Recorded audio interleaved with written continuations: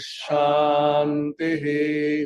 Om Tat Chayora Vrinemahe Gatui Yajnaya Gatui Yajnapataye Daivi Swastirastu Naha Swastirmanushabhyaha Urdhvam Jigatu Bheshajam Shanno Astu Dvipade Sham Chatushpade Om Shanti Shanti Shanti Om Bhadram Karnebhi Srinayama Deva Bhadram PashyemaKshabhiryajatraha Sthirairangai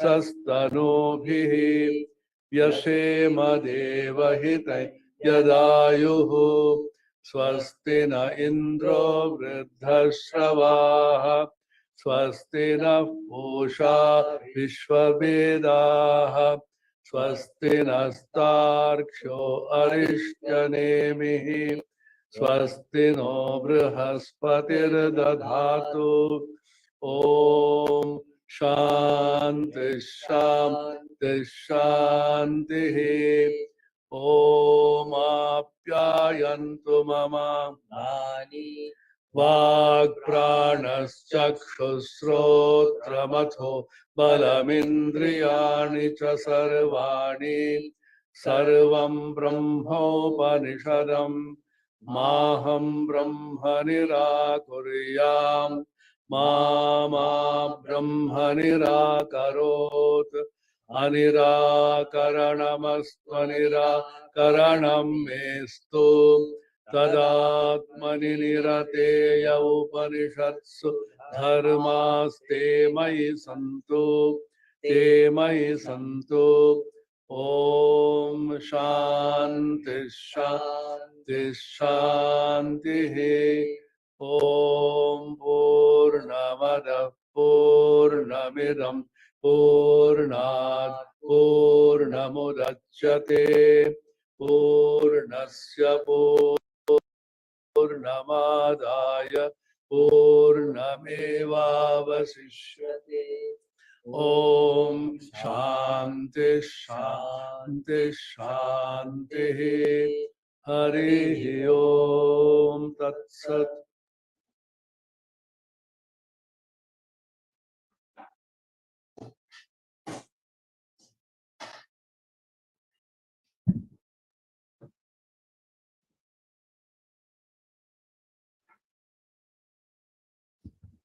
A very good morning to all the august audience present here. Today is a very special day. Today we have assembled here to celebrate the Azadi Ki Amrit Mahotsav, which has been going on through the year at different parts of the country. In commemoration of the 100 days countdown of the International Day of Yoga 2022, which falls on the 21st of June 2022, the Government of India, Ministry of Ayush, has taken up a project which is Yoga Mahotsav celebration across 100 different places in the country. So it happens to fall today in this university. We are being allocated to celebrate this day. So we began the day with the celebration of the Common Yoga Protocol demonstration, which was held in the morning in the presence of our chief guest, Honorable Professor Jai Prakash Verma, the Vice Chancellor of the Sri Sri Aniruddha Dev University in Assam. We are really happy and very, very privileged that Sir has come all the way amidst his busy schedule and given us time for the whole day. This program that we have taken up in commemoration of the 100 days countdown of the International Day of Yoga is a month-long program which starts today. After this, we have lined up 2 webinar series on yoga. One is titled Fascinating Facets of Multifaceted Yoga, which will start on the 29th of May and go till 13th of June. Then there will be another webinar, 4 yogas and their synthesis as taught by Swami Vivekananda, from 14th to 20th June. Both these webinars are free and it will be held every day evening 6 to 7 p.m. I encourage all the participants here to register for this webinar and enjoy the enlightening talks. After this, on 4th and 5th of June, we have a workshop titled Science of Yoga. This is open to participants, all participants who have registered here, as well as all students and the people in general. And in the end, we will be celebrating the International Day of Yoga on 21st of June in a big way, as we do every year. So this is our month-long program, and which starts on this very special day. I heartily welcome our chief guest, Professor Jayaprakash Verma, who is the Vice Chancellor of Sri Sri Anuruddha Dev Sports University of Assam. Professor Verma is a very, very accomplished academician in the field of sports as well as yoga. He is the founder, Vice Chancellor of the Sri Sri Anuruddha Dev Sports University, and he has over 38 years of experience as a faculty of physical education at the famous Lakshmi Bai National Institute of Physical Education at Gwalior. He was also the former Vice Chancellor of the LNIP University. He has a very accomplished research project done on talent identification in sports, and this was done with a grant of the Ministry of Youth Affairs and Sports. He has developed mechanisms to identify talent in 4 different sports, namely athletics, basketball, gymnastics, and at the early age in 18 to 13 years, so that the athletes can be trained for winning medals in international level.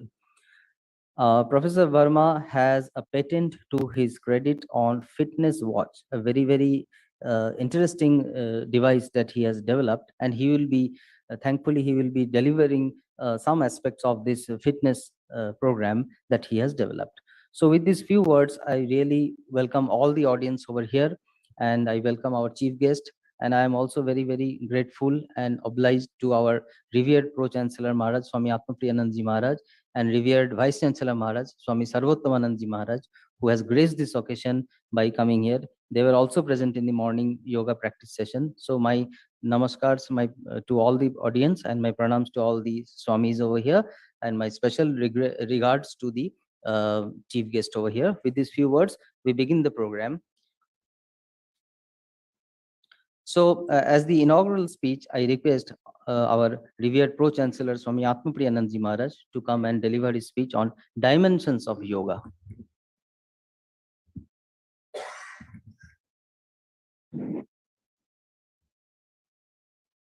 Om Namah Shri Yatirajaya Vivekananda Suraye Satchit Sukhaswarupaya Swamine Tapaharine. As you know, 21st of June has been declared by the United Nations as the International Day of Yoga. Unfortunately, for the past 2 years, we have not been able to celebrate it in a big way because of the COVID-19 pandemic. So this year, with a vengeance, people are trying to celebrate this in a big way. And the Ministry of Ayush, Ayurveda, Yoga, Unani, Siddha, and Homeopathy, Government of India has especially requested certain organizations to celebrate this. And we have been chosen one of these organizations. And in the morning, we had a demonstration of the yoga, which is part of yoga demonstration in iconic places. Belur Math being one of the most iconic place in India. They have chosen Belur Math and given us the responsibility to conduct this in Belur Math in front of Swami Vivekananda statue, which we had in the morning. So Swami Vivekananda, as you know, was the person who introduced yoga to the West. He took yoga and propagated the 4 famous yoga paths, the Jnana Yoga, Bhakti Yoga, Raja Yoga, and Karma Yoga. So much so, one of the American disciples, Sister Christine, very humorously and poignantly described, we were almost sorry that only 4 yogas existed. Because Swamiji's series of yoga was ending with the 4th. So Swamiji's exposition was very illuminating, scientific, timely, and he made it simple. In fact, Swami Vivekananda first propagated the idea of the samanvaya of the yogas, the 4 yogas. Swami Sarvottomanandi was speaking of some aspects of Raja Yoga immediately after me. When Swami Vivekananda taught the Raja Yoga, many of the people, the doctors, the physicians, psychologists, all of them were really fascinated. Sir William James was a very famous psychologist at that time and a philosopher who wrote a book, Varieties of Religious Experience, was charmed by Swami Vivekananda's exposition of Raja Yoga, and is particularly the idea of the Kundalini and the awakening of the Kundalini, the power flowing through the spinal cord called the Sushumna. What is the anatomic basis of that? There was a lot of excitement at that time, and not much research could be done because apparatus was not available. Now, some research is being done, particularly in the NIMHANS, the National Institute of devoted to mental health, as you know, in Bangalore, with which we have tied up through a memorandum of understanding. Institute of Consciousness Studies has been started there, and we also have started a center of Vivekananda Center of Consciousness Studies. A big research is being done scientifically to validate yoga. There are 2 streams in our country. One stream saying that all that the West is now saying was all available in the Vedas. You know, Rabindranath's famous parody, Shab Vede Ache. When anything you say, Vede Ache. So this is one thing, this is fanatically you keep on claiming everything is in the yoga, but mere claim will not do. You have to scientifically validate and vet and prove. The other group saying there is nothing existed in India, everything is borrowed from the West. So both the extremes are bad, and Swami Vivekananda therefore wanted the best elements of the East and West should be harmoniously combined. In fact, in the last day of his life on this earth, 4th of July 1902, he was having a walk with his very dear brother disciple Swami Premanandaji at Belur, and he said in Bengali, Prachin Bharatiya Dhara bojai rekhe, tar songe আধুনিক জ্ঞান বিজ্ঞানের অনুশীলনও যাতে হয় এমন একটি বিশ্ববিদ্যালয় বেলুড় মঠে গড়ে তুলতে হবে. So keeping the ancient Indian ideal intact and blending it harmoniously with the modern scientific thinking, we should establish a university at Belur Math. That was Swami Vivekananda's thinking. So trying to humbly actualize Swami Vivekananda's vision in this regard, this university, which has been established by the Ramakrishna Mission in Swami Vivekananda's hallowed name, has started a school of Indian heritage along with the School of Mathematical Sciences, Biological Sciences, and various other sciences. And one of the important components of this School of Indian heritage is the classical Sanskrit, yoga, along with sports science, with the modern techniques. We're trying to combine these two. And the dimensions of yoga are very, very vast. As you know, yoga usually is considered a union. The 3 meanings are given to the dhatu, or the verbal root called yuju dhatu, from which yoga comes. The Panini's dhatu patha says yujuri yoge is union, and yuju samadho, it is meditation, or the higher realms of experience in samadhi. And the third is saniyamane, control of the senses and control of every limb of your body. All the 3 put together, comprehensively, the yoga is called a science by which you can awaken your consciousness from the lower levels to higher and higher levels. It is possible that a human person, a human being, can elevate himself to the divine, and you, I, every human being in this world has 2 dimensions. One is the finite, the other is the infinite. The realization of the infinite dimension, which is already there in you, nothing is borrowed from outside, is the purpose of yoga. Swami Vivekananda very funnily wrote in a letter to E.T.'s 30 years English disciple, I want to give them and the Westerners, I want to give them hard, dry reason, Jnana Yoga, soaked in the sweetest syrup of love, Bhakti Yoga, made spicy with work, Karma Yoga, and cooked in the kitchen of yoga, Raja Yoga, so that even a baby may be easily able to digest it. That was Swami Vivekananda's great task. And we who have inherited his sacred legacy owe it to the world to take this forward and scientifically vet it on the one hand, on the other hand, practice in our daily lives and live a life of impeccable character, of purity, unselfishness, and truthfulness, so that we will not only champion the cause of yoga, but will also be yogis ourselves. So I end with the exhortation of Sri Krishna in the Bhagavad Gita, Tasmad yogi bhavarjuna. O Arjuna, therefore be you a yogi. Thank you.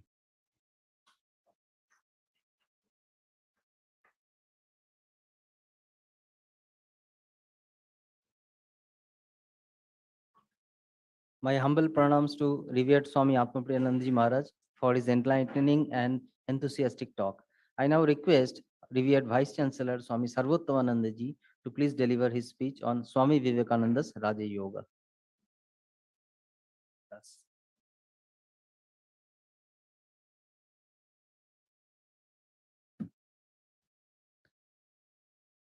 नमः श्री यतिराजाय विवेकानंद सूरये सच्चित सुखद स्वरूपाय स्वामिने तापहारिणे.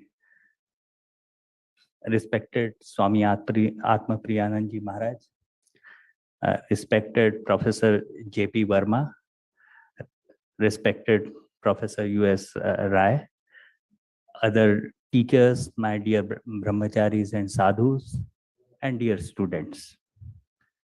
And the topic of my talk is Swami Vivekananda's Raj Yoga in modern times.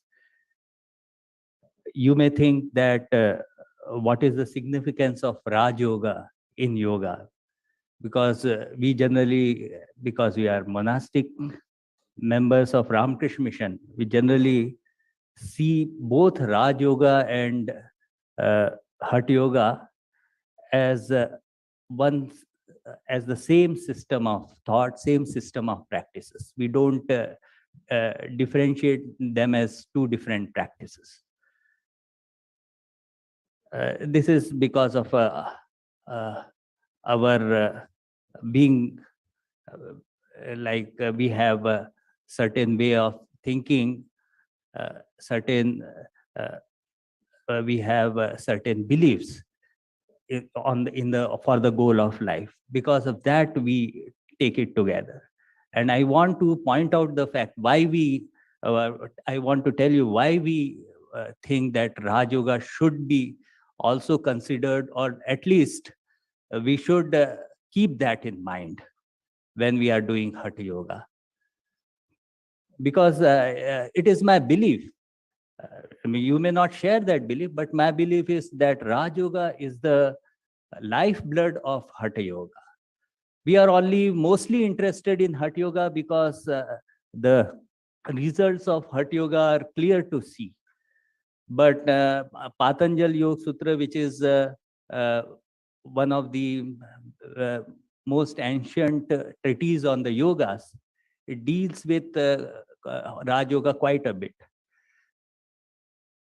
Swamiji, he gave lectures on Raj Yoga, and his interpretation is a very modern interpretation. In fact, he is the person who said that the scientific way of doing spiritual practice is Raj Yoga.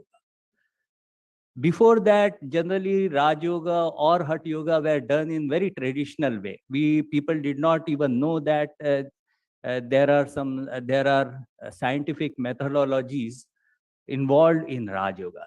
Swamiji was the first person who pointed out this fact when he taught Raj Yoga in West as Swami Atmapriyanji has mentioned. Raj Yoga is a way of life. It's not just a system. We think that it's just a system to maintain health, or at most it is a system of doing sadhana. But it is actually a way of life. Like, for example, science also. It's not just a subject that you study in schools or colleges. It is a way of thinking, way of life. It is a holistic viewpoint of holistic worldview.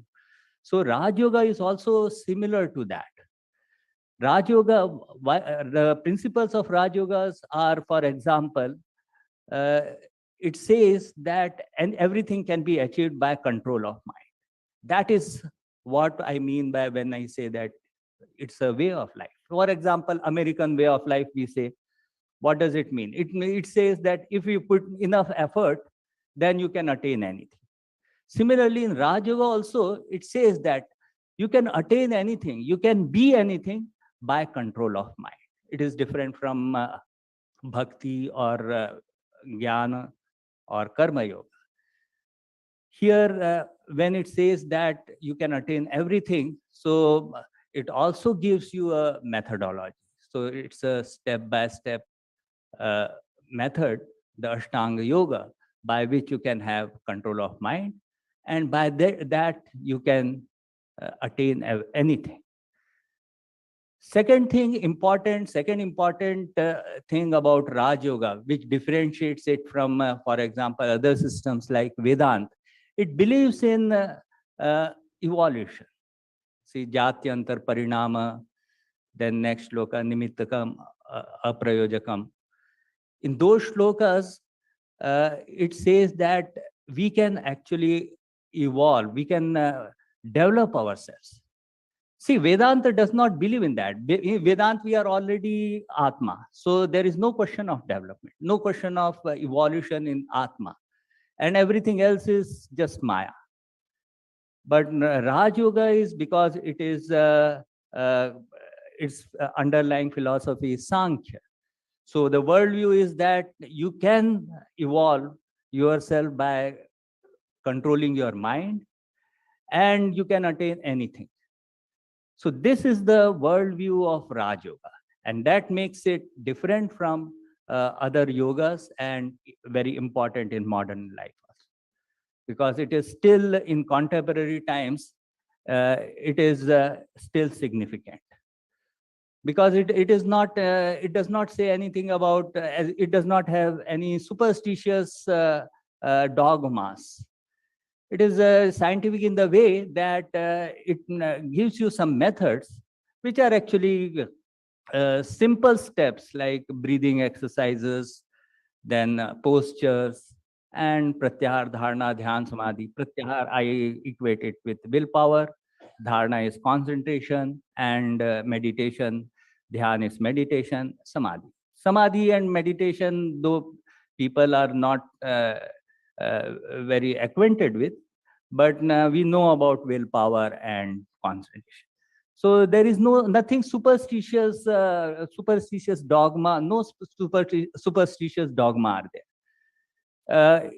The things that Raj Yoga tells about are very simple, and those things are easily practicable. So this makes Raj Yoga a complete holistic method to holistic and modern method to achieve anything. And it is easy for us, for the modern people, to have faith and belief in Raj Yoga. In fact, many people who do Hatha Yoga, they actually, there is no need for to be theistic or to believe in God, actually. That is why you see many of the Buddhistic practices also, though they change the name, but if you see the Vipassana and other Zen Buddhism and Theravada Buddhism, their practices are also the meditative practices. They are also Raj Yoga. So Raj Yoga is similar to Hatha Yoga. Hatha Yoga also, when you teach Hatha Yoga to people, you don't tell them that while doing Hatha Yoga, you have to believe certain concepts. Similarly, in Raj Yoga also, same thing can happen. Only thing is you have to fix the goal of life. And Raj Yoga, because as Prabhakar Maharaj said, that yoga part is important. So yoga part is important means we have to have the goal of life in our mind, and we have to do yoga with that goal. Yoga is associated with goal, or we have to attain that goal. So these two things, one is your way of life, that is it is control of mind can lead you to achieve anything. And second thing is this yoga part, that is we can we have to keep our goal of life in front of us. These two things make what is called Raj Yoga. So with this, I would finish my talk. Thank you very much. Om Shanti Shanti Shanti. Hari Om Tat Sat.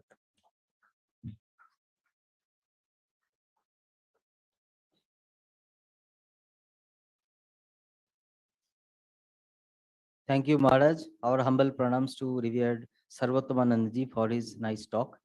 I would now like to request revered Pro Chancellor Maharaj to felicitate our chief guest, Professor Jayaprakash Verma ji.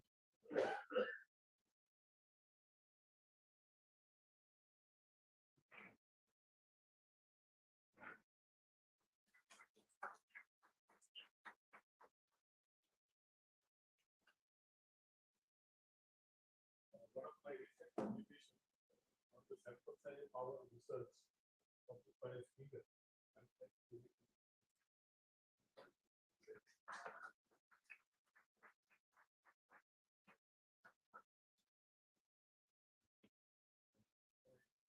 Prestigious publishers in the determining sample size and power research study, a manual for research. More about this. Newsletter for the new university teachers.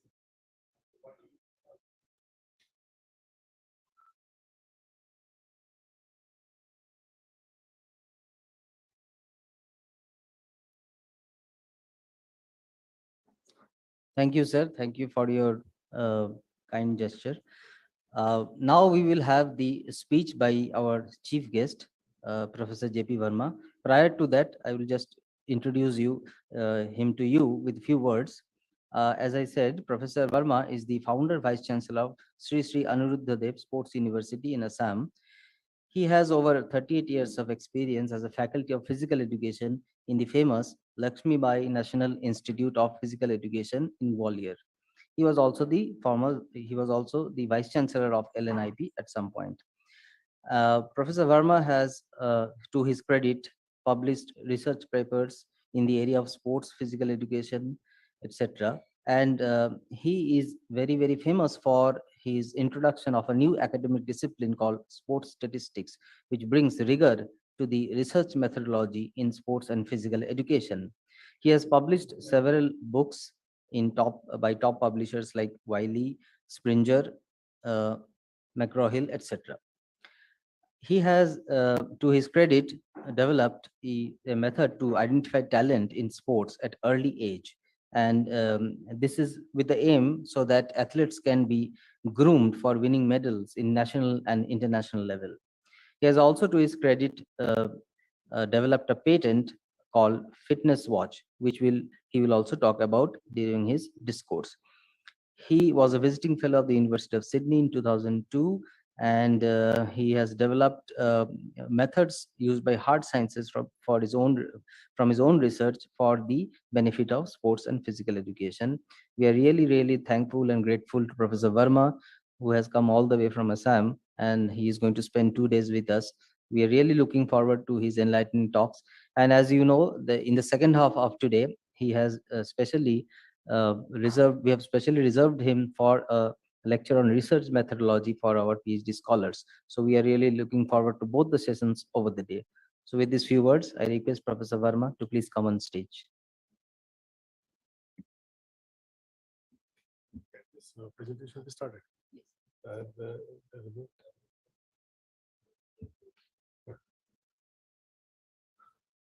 Honorable Atmapriyanand Ji Maharaj, Swami Sarvatmanand Ji Maharaj, other dignitaries, invited guests, ladies and gentlemen, it's a great privilege for me to be here in this university, and I'm thankful to Swamiji,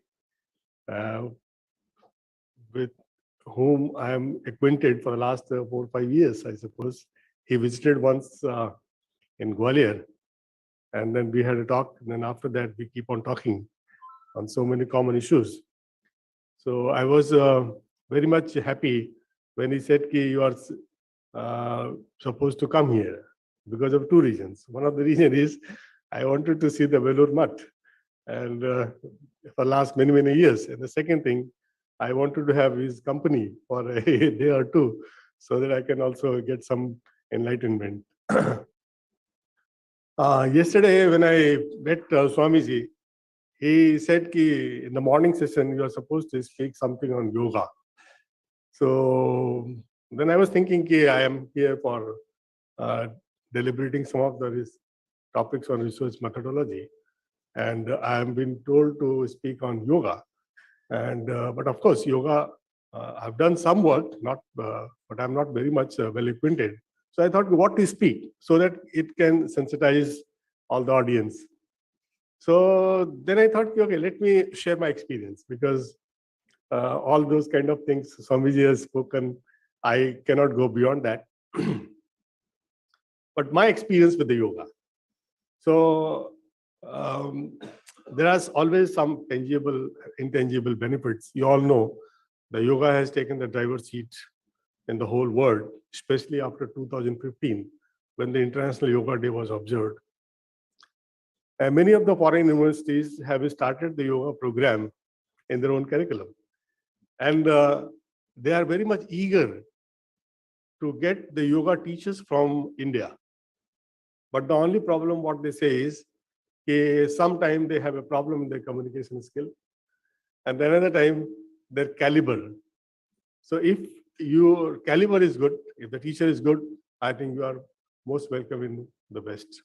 So this is the scenario, and I think this profession has a very wider opportunity across the world. I always feel that whomsoever we groom, we should groom for the world market, not for the Indian market. And therefore, all our curriculum should be such so that our acceptability of the product should be in the world market. So there is no problem of jobs. So what is hindering us? All those kind of issues we'll be discussing in the evening. Today, I'm going to speak something on one of the dimensions of yoga, that is the meditation. This is one of the dimensions of yoga, and which has changed my whole life. It had lots of impact on my life. So therefore, I thought, why not to put all those my experience in the form of a story, so that it can encourage the student. This is your life. This is my life. I experiment with my life. You can experiment with your life. So I never teach anything, because the moment when I used to teach my student, I was a failure. When I stopped teaching, I was a successful man. So because Swami Vivekananda says, everything is being done automatically. एक plant जो है, plant बढ़ता अपने आप ही बढ़ता है, उसको आप बढ़ाते नहीं हो. आप क्या करते हो? You are simply creating a good atmosphere. आप उसको खाद दे देते हो, पानी दे देते हो, बढ़ता वो अपने आप है. एक जरा से एक कितने किलो का प्लांट हो जाता है, कहाँ से आता है? Similarly, all the students, all the people, they learn of their own. I can't teach them. I was teaching for 25 years. I was a failure. One very fine evening, I thought, what I'm doing? I'm a failure. I can't, bind a student for 50 minutes. So then I changed my pedagogy. I was sharing with Swamiji yesterday that my experience goes that anything can be taught to anyone by changing the pedagogy. And therefore, I need not to teach anyone. I simply have to sensitize the people. I have to clear the roadblocks. And therefore, I have experimented with my life with the meditation, and this is up to you to experiment with the different kind of yoga practices and so on. So it so happened in early 90s, there was an opportunity to learn the meditation. Some of my colleagues, they say, there is some training going on. Would you like to join? I said, yes, why not? Some enthusiastic approach was there. I joined. 3 days program was there. When I joined the program, it was just a fun. But after 3 days, I found some change in my mind. I was able to concentrate for a fraction of a second or something like that. We practiced in a group. And after practicing, there was a sea change. Maybe it took around 10 years' time. But then I thought it has transformed my way of thinking. One of the professor of MIT says, 3 things are important for your success in your life. 1, ability to speak. 2nd, ability to write. And the 3rd, quality of your thought. So the quality of thought, from where you get the quality of thought? It's only when your minds are very clean, your minds are pure. Whole day, we are facing some kind of stimuli.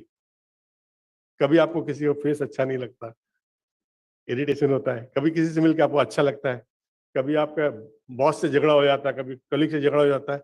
So if you see your lifestyle right from the morning till evening, whole day it is under pressure.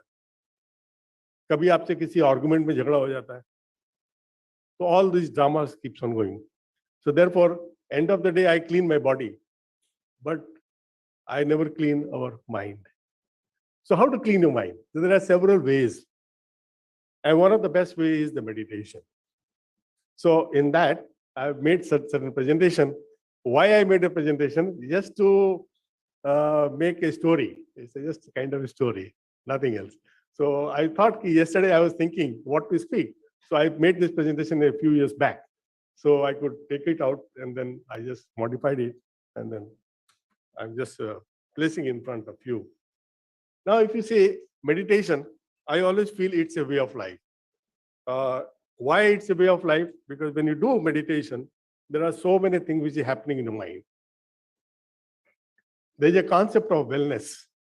There's a concept of fitness and there's a concept of wellness. So wellness is a very well taken word nowadays. Fitness is a physical and wellness is all about like physical, mental and spiritual all. So the concept of wellness is, getting momentum nowadays. And therefore, if you take up this meditation, it is one of the leg of wellness. So what is basically a meditation? It's a practice of concentration. Usually, आपने सुना होगा कि Jain meditation and so many other kind of meditations are there. तो उसमें हम लोग क्या करते हैं? Meditation में कोई चीज पे concentrate करते हैं. Either you concentrate on a particular object or concentrate on your own, some kind of आप अपने सांस पे concentrate करते हैं and so on. And therefore, what happens in meditation is that it random thoughts diminishes. आपके जो thoughts हमारे दिमाग में आते रहते हैं, it can stable down at the end of the day. And the attachment and identification decreases. तो हमारी जो और लोगों से लगाव है चीजों से, when I joined my university, I was in trouble. Why I was in trouble? Because somebody says, अरे वो तुम्हारे बारे में कुछ बोल रहा था. And then I used to think कि वो मेरे बारे में क्यों बोल रहा था? Have I done something wrong? तो फिर 3-4 दिन मुझे लगता था ठीक होने में, फिर कोई बोलता था वो तुम्हारे बारे में ऐसा बोल रहा था. तो मैं बोल रहा मैं क्यों बोलना चाहिए? That means I want to please everyone. So many problems were there. So one very fine evening I said, why am I in trouble? So I just listed on all this whole story. So I think this story has helped me to cool my mind with the help of the meditation after so many years. So this is the meditation that it basically brings down your own thoughts and it is in a normal pace. Now, origins of meditation, You can see in the Vedic tradition, all you know, is Ayurveda also speaks and like this. Tapatya Veda. So all these origin meditation you can just see in origins in different kind of literature. And there are different purposes of meditation. Somebody will speak about the spiritual discourse and so on. So if you see the mind and lifestyle, always our minds keeps on thinking something. जैसे मैं आपसे अभी मैं बोल रहा हूँ, मेरा दिमाग सोच कुछ और रहा है. It happens with everyone. The two minds are working together. And this is very dangerous, especially for the children or those who are going for examination and so on. It happens with me. I'm just reading something and then my mind is going somewhere else. So because all the time your thought processes are going on, whether you are a person in the stock market or you are talking to your colleagues or you're gossiping something or or you're doing some job, all the time your minds are engaged. So the whole thing is that minds are engaged means minds are polluting itself. So we have to have some kind of a cleaning process. So the meditation can be one of the cleaning process. So drama of me is all the time I always feel self. मुझे ये मिलना चाहिए, मुझे ये मिलना चाहिए. और आप देखते होंगे अधिकतर लोग आपस में आर्गुमेंट करते हैं एक दूसरे से कि जो मैं बोल रहा हूँ वो ठीक है. One of my friend was there, he said कि मैं क्यों ठीक बोलूं, मैंने जो बात कहना था आपने कह दिया, बाकी आपको मानना है मानिए, नहीं मानना मानिए. अगर आपकी बात अच्छी है तो आप धीरे से ही बोलेंगे तो लोग मानेंगे. But normally it's a human tendency to always counter others' argument. So this is a drama of me all the time. It is happening. So what meditation does is the end result is settle down your mental thoughts. And peaceful and the calm and the focused mind, and then awareness becomes rejuvenated and the feeling of bliss. So this I have experienced myself. What happened is when I used to practice the meditation for many years, even after 2 years itself, I was always in a bliss. मुझे झगड़ा करने की इच्छा नहीं करता था. मुझे लगता था कि ठीक है, कोई मुझे कुछ बोल के जा रहा, जाओ. And I used to tell my student, अगर मेरे को criticize करके तुम्हारा काम बनता तो कर लेना, मुझे बुरा नहीं लगेगा. And this has helped me like anything. And when I was 50 years old, 50 to 60 years was the most productive years of my life. It's only because the meditation has helped me. And I could concentrate on my writing. I produced all my literature at the world level only in these 10 years. It's only because of my own mental status. So how could I change my mental status? Only because of meditation. When you do the meditation, you are in bliss. There are certain tangible and intangible benefits of the meditation. These are intangible benefits I'm talking about. It's difficult to measure, but it can be, experienced. I experienced. मुझे झगड़ा करने का इच्छा नहीं करता था. मुझे कहता था, I never used to stand on a roadside and speak to the people for hours together where my friends used to. I never used to. I said the time is limited in your life. 24 hours is given to everyone. You have to maximize this. And so the meditation has helped me in bringing my stage to a bliss stage. And it has rejuvenated. When I do it, I feel very much enlightened. You say, when you sleep, you get sleep. Still your subconscious mind keeps working. But when you meditate, you go into the trance. The moment you go into the trance, even for a fraction of a second, it gives you so much relaxation, it's an unimaginable kind of a thing. So this is the basic difference between. So these are the few experiences which I have experienced. So I am just sharing with you.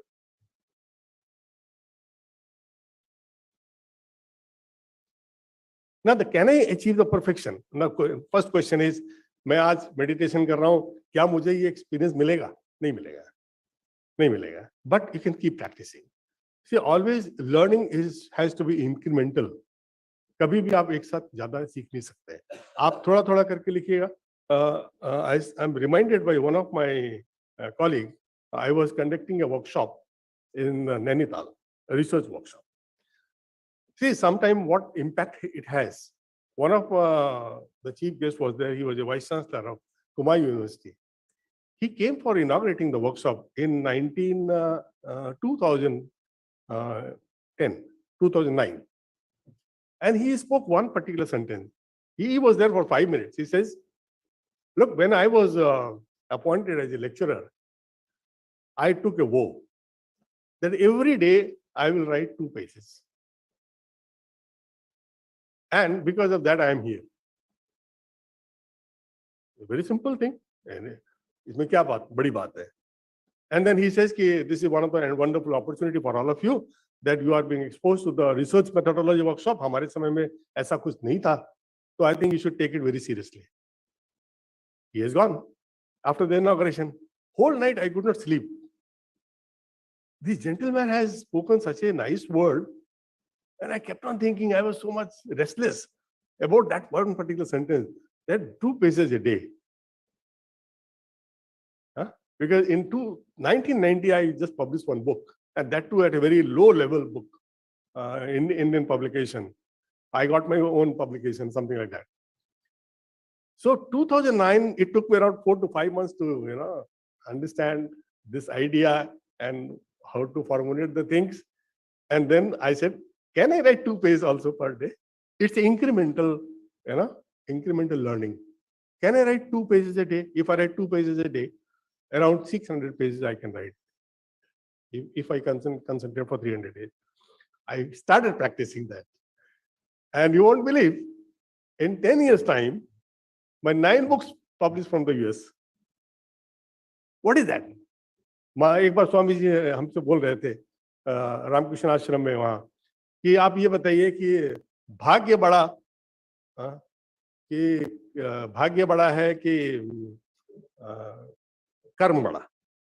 तो हम तो ज्ञानी लोग, हमने बोला महाराज हमारे हाथ में तो कर्म है, तो कर्म कर सकते हैं. तो कहने गलत, भाग्य ही कर्म कराता है. भाग्य ही कर्म कराता है. आपके भाग्य में था ये कर्म कराना, भगवान ने कराया है, और ये फैक्ट है महाराज. मुझे लगता है कि सब भगवान कराते हैं और वो हम करते चले जाते हैं. अगर हम अपनी जिंदगी देखें पिछले 15 साल की, तो सब कुछ लिखा हुआ था. I was just walking on A script. अभी पिछले 2 साल से मैं कुछ नहीं कर पा रहा हूँ. I have not contributing anything academically because so much my mind is so much occupied in the administration.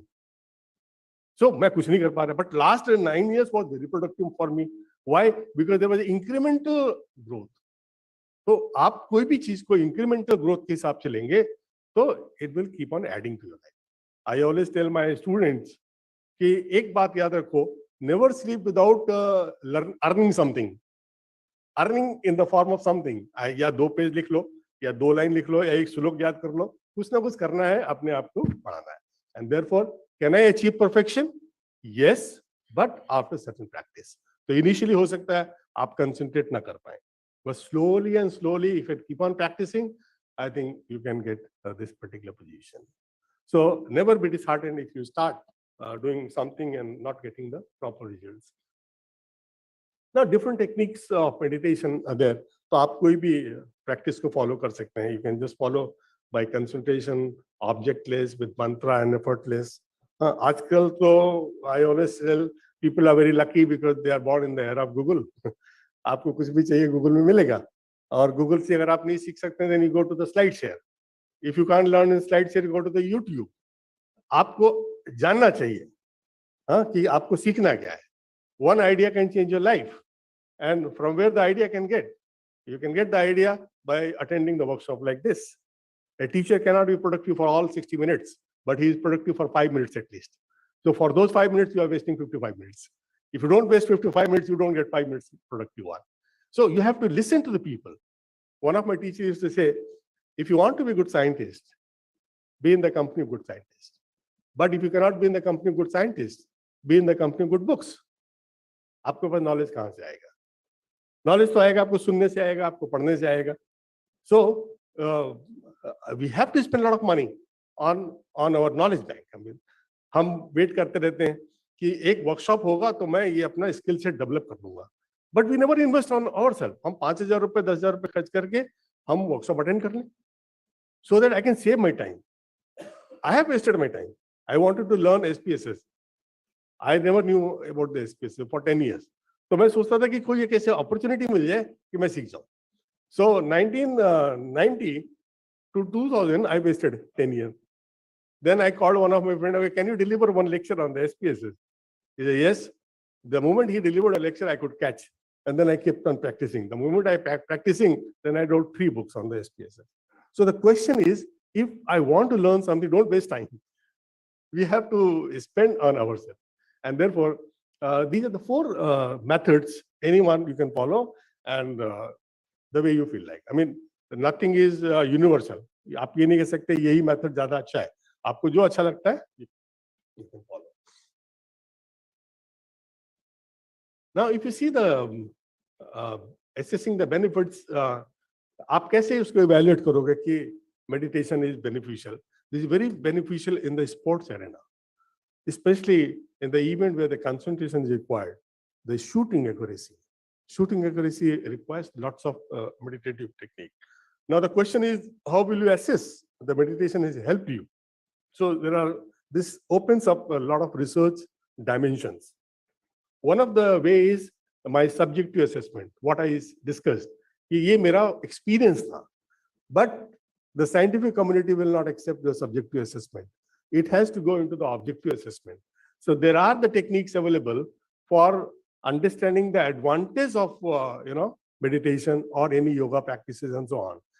This is known the EEG. When you use the EEG, it can measure your mental activity, which are important for cooling down your brain.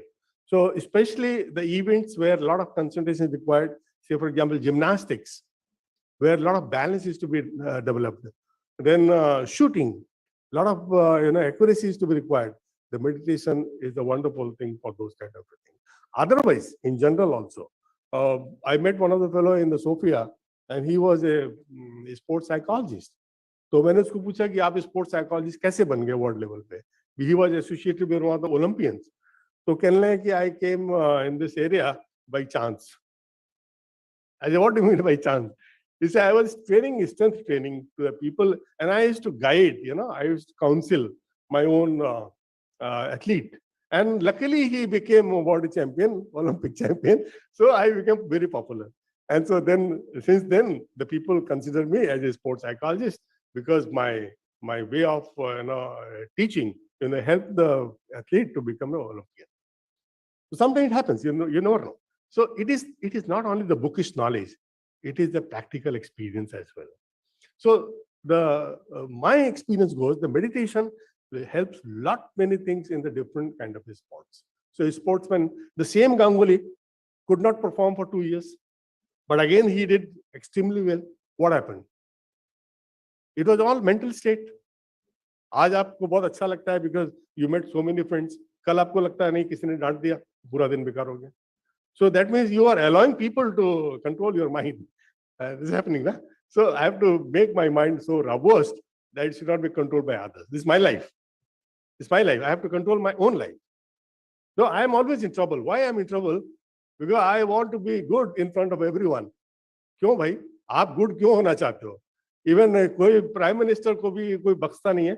Modi ji इतना अच्छा काम करे उसके opposition मिलेगा. हाँ? अटल बिहारी वाजपेयी को भी लोग क्रिटिसाइज करते थे, सोनिया गांधी क्रिटिसाइज करते थे. Who are you? तो आधे लोग आपको क्रिटिसाइज तो करेंगे ही करेंगे. Don't be disturb with that. तो मैं क्यों जाऊंगा? डर लगने का 2 कारण है. 2 कारण ये है कि एक तो मुझे कोई खराब ना बोले, ये हर एक को लगता है मुझे कोई खराब नहीं बोले. और दूसरा डर क्या है कि मैं क्या गलत काम करता हूँ. गलत काम करो डर लगेगा, आप गलत काम मत करिए. लेकिन जो दूसरा डर है that's very dangerous. What the people will say. Let the people से. अगर मैं गलत काम कर रहा हूं तो भी आई एम हैप्पी. मैंने गलत काम किया, मुझे जेल हो गया, I am happy because it's all because of my own deed. So all the time you have to be very very happy. So this is the thing. So there are both the kinds of assessment techniques are available, subjective as well as. So if you are a scientific publishing scientific literature, go for a objective assessment for the meditation. So subjective benefits I have already discussed about. The most common byproduct is that you get peace of mind, relaxation, and then clarity of thoughts, these are all my experiences, a sense of peace and increase awareness. These are all my experience. I'm not telling you from somewhere. I was very much happy. I used to be happy when I do meditation. That day I become very happy. मुझे कहीं झगड़ा करने की क्षण गिरा, I'm in bliss. So when you do it, you realize. So these are my all subjective judgment, assessment about meditation. And not only this, I mean, sometimes I don't get sleep in the night. So my wife says, "What you are doing?" So I am doing meditation in the night. I get up and sit for about 20 minutes, and then I get a lot of sound sleep. So this is one of the, one of the benefit of meditation, because once you have a sound sleep, you can have a full day working very nicely. Yeah, it happens. Sir.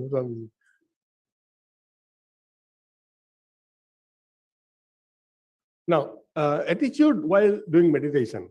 Now, what is attitude? I am here to learn something. No, my life, this is my life. I am doing it.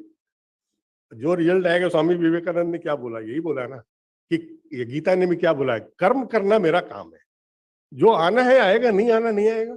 और कर्म हम क्यों कर रहे हैं, स्वामी जी अच्छी तरह बताते हैं कि कर्म हम क्यों कर रहे हैं, because we are sent by the god here for a particular work. हमको भगवान ने चुना है इस काम के लिए। तो स्पिरिचुअलिटी है क्या? स्पिरिचुअलिटी कोई रिलीजन नहीं है। स्पिरिचुअलिटी ये है कि मैं अपने काम को ईमानदारी से कर रहा हूँ। क्यों कर रहा हूँ? It's a god work, it's a god work है। और इसीलिए आप जब भी मेडिटेशन करने जा रहे हैं तो ये मत सोचिए मुझे फायदा क्या होने वाला है, या आज ही मुझे फायदा हो जाएगा क्या। I have incorporated this thing in my life, and so the benefit will come slowly and slowly. And what for benefit you want? You want benefit to be more productive. The whole idea is that how can I be more productive? Now, a misconception कि अगर हम meditation करते हैं तो मुझे piece मिल जाना चाहिए उस दिन, या मेरा माइंड बिल्कुल ब्लिस हो जाना चाहिए। हो सकता ना हो, बट रेगुलर प्रैक्टिस जब आप करेंगे तो all those kind of things will come.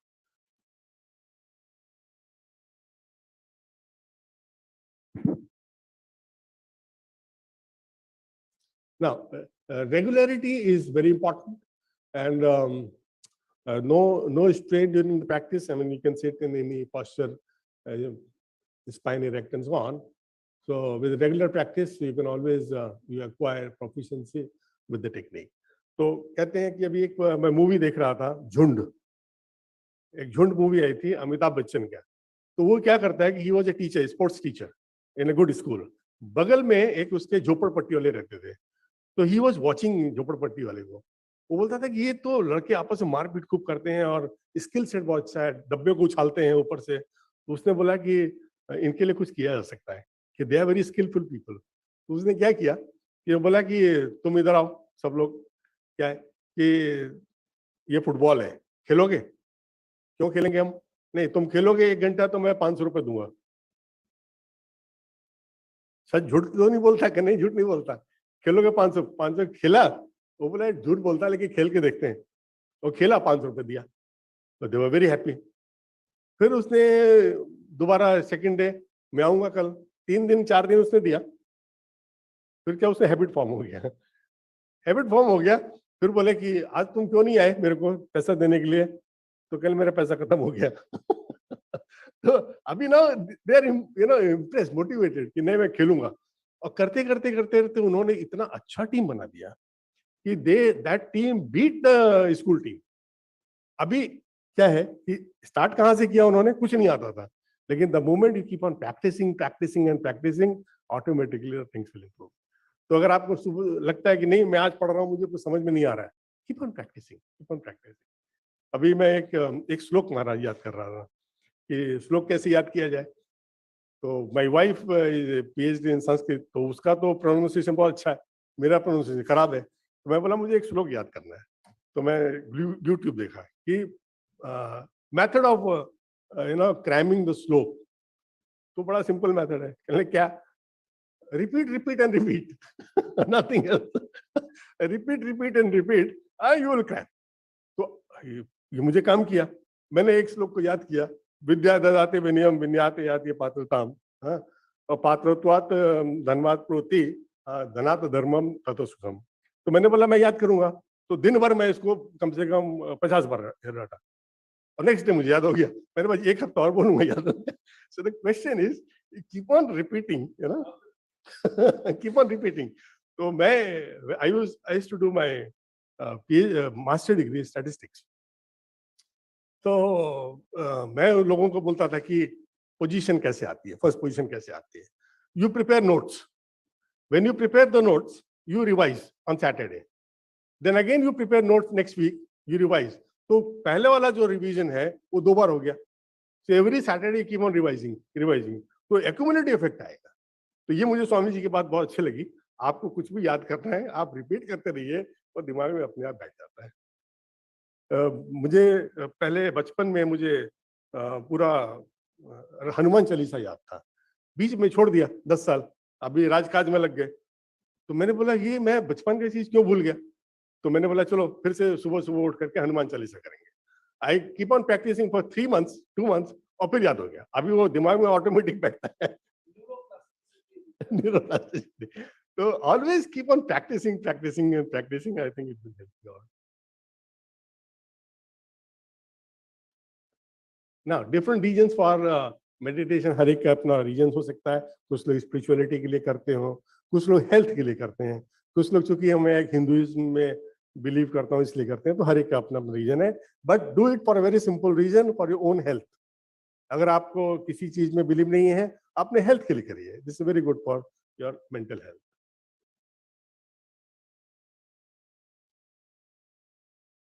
Now the question comes, differentiation between the meditation and the relaxation. तो आप रिलैक्सेशन कैसे करते हो? रिलैक्सेशन करने के तो बहुत सारे तरीके हैं. हाँ, कैसे रिलैक्सेशन करते हैं हम? जो दिन भर से हमारा स्ट्रेस लेवल बढ़ जाता है तो हम कैसे करते हैं? Either I speak to my friends, or I listen to the music, or I play the sports. तो फर्क क्या है? मेडिटेशन आप करें या रिलैक्सेशन करें तो फर्क क्या है? Relaxation is a by product of the meditation. Meditation से रिलैक्सेशन आता है, plus something else also comes. तो देखिए क्या क्या डिफरेंस है दोनों के अंदर.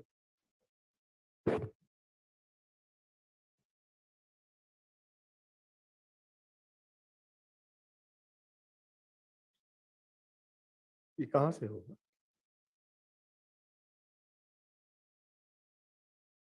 These are different ways of relaxation, and relaxation is a by product of. तो हम कुछ भी एक्टिविटी करते हैं जो सोशलाइजेशन के लिए, कहते हैं कि you got to be social.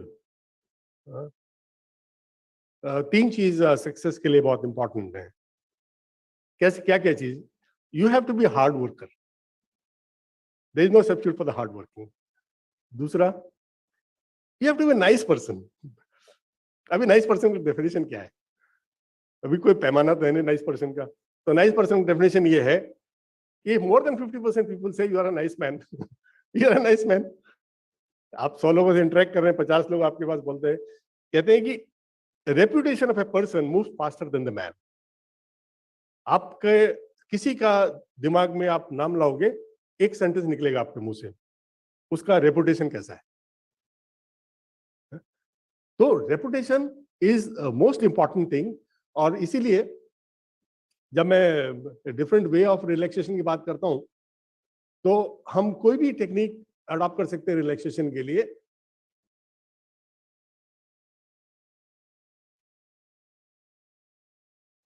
अब देखिए बेसिक डिफरेंस में क्या आ रहा है. When I do the meditation our thought process totally diminishes. लेकिन रिलैक्सेशन में क्या है? Thought process still engaged. That's a basic difference. आप रिलैक्स तो हो जाते हैं, बॉडी रिलैक्स हो जाता है, माइंड रिलैक्स हो जाता है, लेकिन पूरा डिमिनिश नहीं होता है.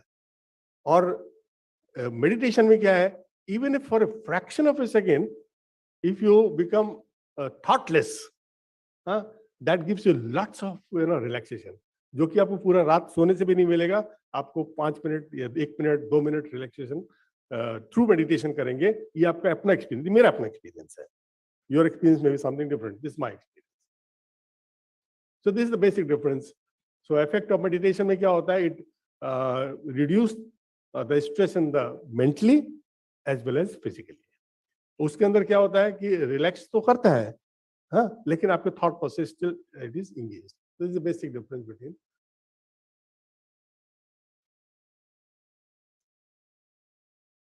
Now, different techniques of meditation. Some people believe in concentration. Somebody sees the picture. Some goes for the breathing. Concentrate on the breathing. Somebody goes for the mantra. And there are so many meditation. Like one is the transcendental meditation. The transcendental meditation, they say effortless meditation. मुझे बहुत अच्छा लगा उसका concept transcendental meditation का.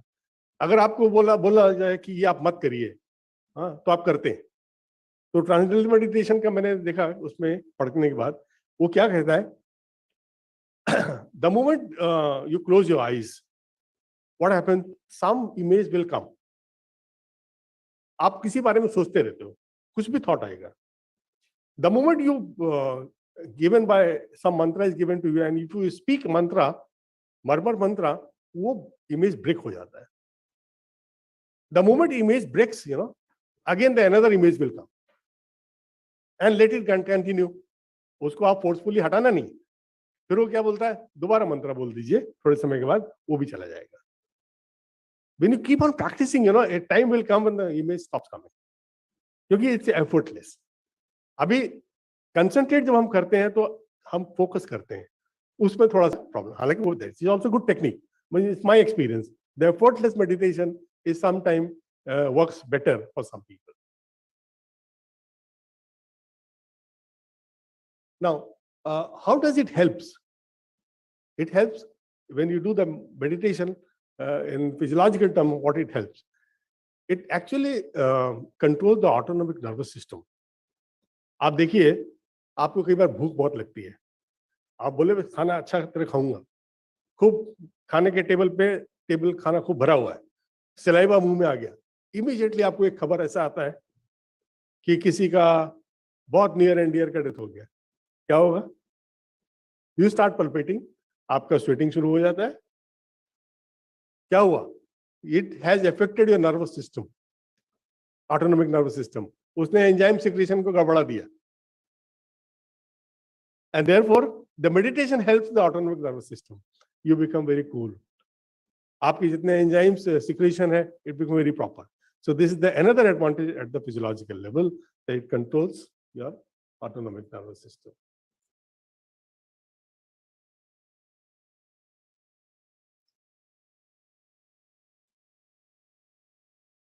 Which is right for me. So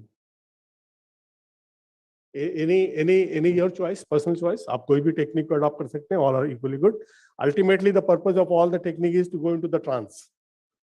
आपको trans में ले जाना ही पर्पज है सारे मेडिटेशन का, चाहे आप कोई भी आप पद्धति फॉलो करिए. So what is important is who initiates you. This is also very, very important. Now, what is the recommendation?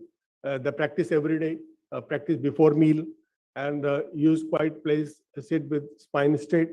So it is always good that initially you may not concentrate for 20 minutes. So you can start with the 5 minutes or 10 minutes, and slowly and slowly you can increase in a week's time. I think immediately you can increase. When I started doing my Kapalbhati, Maharaj, first time, I had some problem in the breathing. So doctor suggested go for Kapalbhati. So when I started Kapalbhati, I could not do even for half a minute continuously. But you will surprise, within a week, I could increase to 5 minutes at a stretch. So continuously I can do for 5 minutes. So if you practice, your body is adaptable. Very quickly it adapts everything. So if you do this meditation even for 5 minutes start with, then you can go for the 20 minutes in the morning and 20 minutes in the evening. You will get enough benefit by investing 40 minutes. Some people says, why to go for the fitness program for hours in a day? मैं तो बहुत 16 घंटे तो मैं काम करता हूँ. But when you do give 1 hour to your body, आप जिस body से 24 घंटे काम लेते हैं, can't we give 1 hour to our own body? If you give 1 hour to your own body, your 23 hours will become very, very productive. So this is the benefit of the wellness program. So when to practice the meditation, it's all choice. Normally the morning and the evening, the good choice. And the physiological effect of meditation is, it controls your blood pressure, it lowers your pulse rate, And normally, decreased metabolic rate, when you go to the doctor, doctor क्या देखता है आपका? सबसे पहले doctor क्या देखता है? Blood pressure देखता है. घर में आपका वाइफ क्या देखता है कि आप कितना पैसा कमाते हैं? देखते हैं ना. हाँ, और आपका बॉडी में आपको क्या चाहिए? फिटनेस चाहिए. That means by controlling one particular factor you can control all. आपने घर में ज्यादा पैसा कमाया तो आप ज्यादा खर्च भी करो, कोई फर्क नहीं पड़ता. ब्लड प्रेशर नॉर्मल है तो सब पैरामीटर नॉर्मल होते हैं. बॉडी में फिटनेस अगर अच्छा है, 1 घंटा किया, आप जैसा मर्जी सोफा में बैठ जाओ, जैसा मर्जी पोस्चर में बैठ जाओ, नथिंग, नो प्रॉब्लम. लेकिन अगर आप खाना ज्यादा खाते हो, एक्टिविटी नहीं करते हो, तो आपको फिर होता है पोस्चर आपका ठीक होना चाहिए, आपको इस तरीके से चलना चाहिए, दुनिया भर का प्रॉब्लम है. सो if you have 3 things in your life, अच्छा पैसा हो जाए, अच्छा पैसा हो जाए, अच्छा ब्लड प्रेशर हो जाए, ठीक है, अच्छा बॉडी हो जाए, तो you can do anything. And therefore with this you can control your metabolic rate, you can control your pulse rate, you can control your blood pressure. I used to have a blood pressure at the age of 40, so I had gone to a doctor. मैंने बोला doctor मेरे को सब test करके बताओ क्यों हुआ ऐसा. तो बोला कि मैंने सारा कुछ टेस्ट कर लिया, कोई रीजन नहीं है, इट्स ए हेरिडिटरी प्रॉब्लम. अभी मैं क्या बोलूं? तो मैंने बोला मैं कैसे कंट्रोल करूंगा? तो with the medicine I could control for 5 years. After 5 years, वो बोलते हैं मेडिसिन काम नहीं करता, you have to change the medicine. I changed the medicine. हमारा जो ब्लड प्रेशर फ्लक्चुएट होता रहता था. तो then I talk to my sister. मैंने बोला भी क्या करना है इसके लिए? कभी वो 190 चला जाता है, कभी 70 चला जाता है. तो शी सजेस्टेड मी कि एक एक्सपीरियंस है किसी का कि आप लहसुन गार्लिक के 2 पीस सुबह खाओ. तो मैंने खाया. पहले 3 महीने तक बोलना नहीं उसका कोई फायदा. 3 महीने तक मैंने 2 पीस गार्लिक खाया और मैं उसके बाद देखा कि मेरा blood pressure 120/80 with the medicine. So this are the experiences of life. When I got married तो मुझे 4 बार थ्रोट इन्फेक्शन होता था. माय वाइफ 6 बार होता था. Every after a week in the winter we used to be in front of doctor. एक दिन medicine लिया, छोड़ दिया, फिर मेडिसिन लेना पड़ता था. तो हम लोगों ने बोला लाइफ चलेगा कैसे, हमेशा स्नीजिंग होता रहता है. तो इमीडिएटली आई कुड रिमाइंड कि मैं अपना ग्रैंड मदर को देखो, she is 100 year old, she lived up to 100 year. My grandfather lived up to 95 year. उनको तो मैंने कभी खांसी जुकाम देखा नहीं. तो let me see what is their life style. So what my grandfather used to do, he used to sit erect. मैं उसको कभी देखा नहीं है इसको लगाते हुए पीछे. And then he will take chyawanprash and he will take almond. ये पूरा लाइफ लिया. And my grandmother what used to take, वो जो ब्लैक पेपर सुबह 4 खाएंगे पानी से पूछ के, अब 1 कप चाय, रामायण पढ़ने के बाद 12 बजे खाना. This whole life routine. मैंने बोला मेरे को तो यही सब 3 चीज दिख रहा है, can we adopt in my own life? तो हम लोगों ने 3 चीज अडॉप्ट किया. Believe me, we started in the month of August. Whole year एक बार हल्का सा 1 दिन के लिए जुकाम आके चला गया. And since then, 30 years, I am following the same practice. So sometimes we learn from our own old people. The experiences of old people are enormous. We have to listen them carefully. हम लोग बोलते हैं अरे इनको क्या नहीं, इनको नहीं, उनको सब मालूम है. आप लोग जो भी आप ट्रेडिशन फॉलो करते हैं उसका इम्पैक्ट है. आप जो भी ट्रेडिशन फॉलो करते हैं, तो we have to follow these kind of traditions. So meditation and the physical pain, all those kind of things, you might get some kind of a sensation sometime because your posture may not be correct, and sometimes your mind and body comes in align. That time also it gives a problem. तो कभी कभी आप meditative, इसीलिए कहते हैं कि meditation जो है should be initiated by a trained teacher. Otherwise क्या होता है, sometimes it can give you harm. If you go into the trance very early, sometime then it can create some problem. So it has to be with under the supervision of someone initially. So लेकिन बाद में तो then it can help you. So I have already told you that this start with the 5 minutes and then you can go with the 20 minutes. Should it be initiated by a teacher? Yes, it should be initiated by a teacher.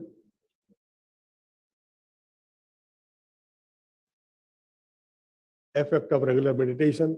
This we have already told you. These are the advantages. You are always in a state of bliss. आपको झगड़ा करने की इच्छा नहीं करेगा, आपका concentration power आप increase हो जाएगा, मेमोराइजिंग इंक्रीज हो जाएगा, और सबसे अच्छी बात है कि आपको आपका लाइफ बहुत प्रोडक्टिव हो जाता है. बिकॉज मेरे पास तो मैं देखा है कि स्केल 0 से 100 का है. आपको कहां तक जाना है लाइफ में, it all depends upon your own attitude. आपका जैसा एटीट्यूड होगा आप वहां तक जाओगे. Sometime a person is popular across the world, sometime पूरा लाइफ जाने के बाद बगल वाला उसको जानता नहीं है. So it all depends how you take up your life. So this depends upon your attitude. So when you are in a state of bliss, you can enhance your productivity, and that is the purpose of life. How can I enhance my productivity?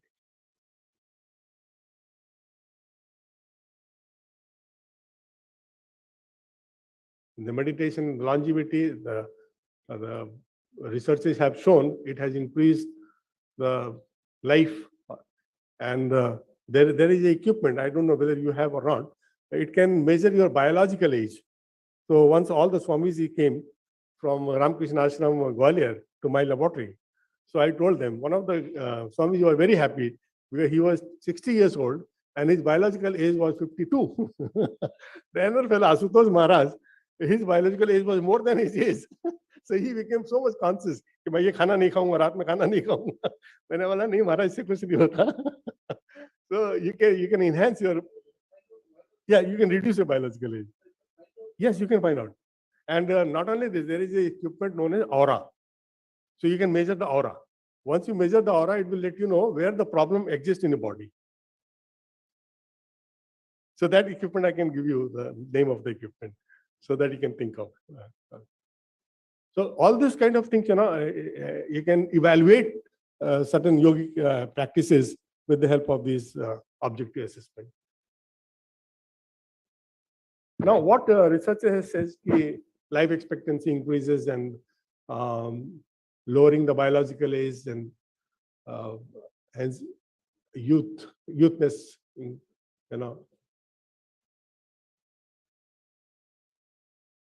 it heals the body also, because once your mind is cool, when you sleep, what happens basically? So Swami Vivekananda ji ने बोला था, जो ज्यादा सोता है उसकी immunity ज्यादा होती है. And I am observing, this is my experience. My father is a 87-year, but he is very fit. उनको कोई आलस नहीं है. दोपहर में 2 बजे आप बोलिए ये काम करना, हाँ चलेंगे, मैं चलूंगा. मैंने बोला आप अभी एज आपका 87 है, आपको चढ़ के उस सीढ़ी नहीं आना. नहीं, क्या प्रॉब्लम है, मैं जा सकता हूँ. Why? Because he sleeps at least 16 hours a day.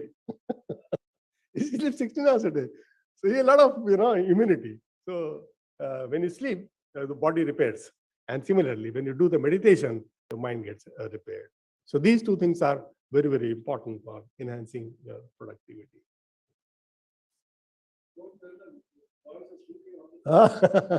Not for them. Not for them. इनके लिए मैं बताता हूँ सर, अभी आपको इनको क्या करना है. The whole personality ranges from type A to type B. ये आप लोगों के लिए बोल रहा हूँ. Whole personality ranges from type A to type B. Type A means extreme eager to find the maximum things at the early age. तो आपका personality कैसा होना चाहिए? Type A. But as you grow old, it automatically converts into type B. I cannot be so hasty because I have to take a policy decisions. When I take a policy decision, I have to have a cool mind. तो अगर आपका as में आप type B personality हो जाओगे, it's disadvantages for your personality. Type A में extreme अर्ज of achieving something. तो आज मुझे काम करना तो मुझे आज करना है, लेकिन मेरी एज में जाकर के उतनी अर्जेंसी नहीं है, because we are taking the policy decisions which affect the whole masses. So we have to very cool. आप जितने भी सीनियर ऑफिसर्स को आप जाके देखोगे, मिलोगे, आपको लगेगा they are very cool because their personality has converted from type A to type B.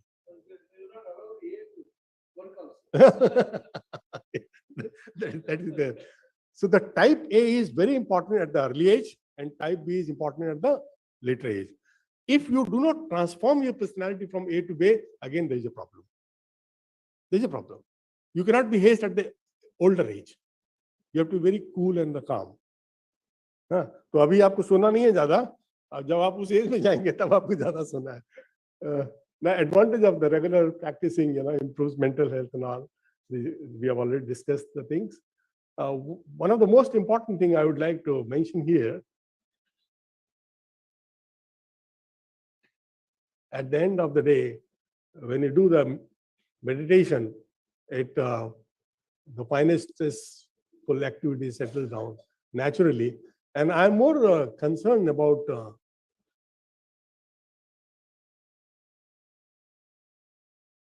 improving relationship. I was telling the 3 things are important for growth in your life, for success.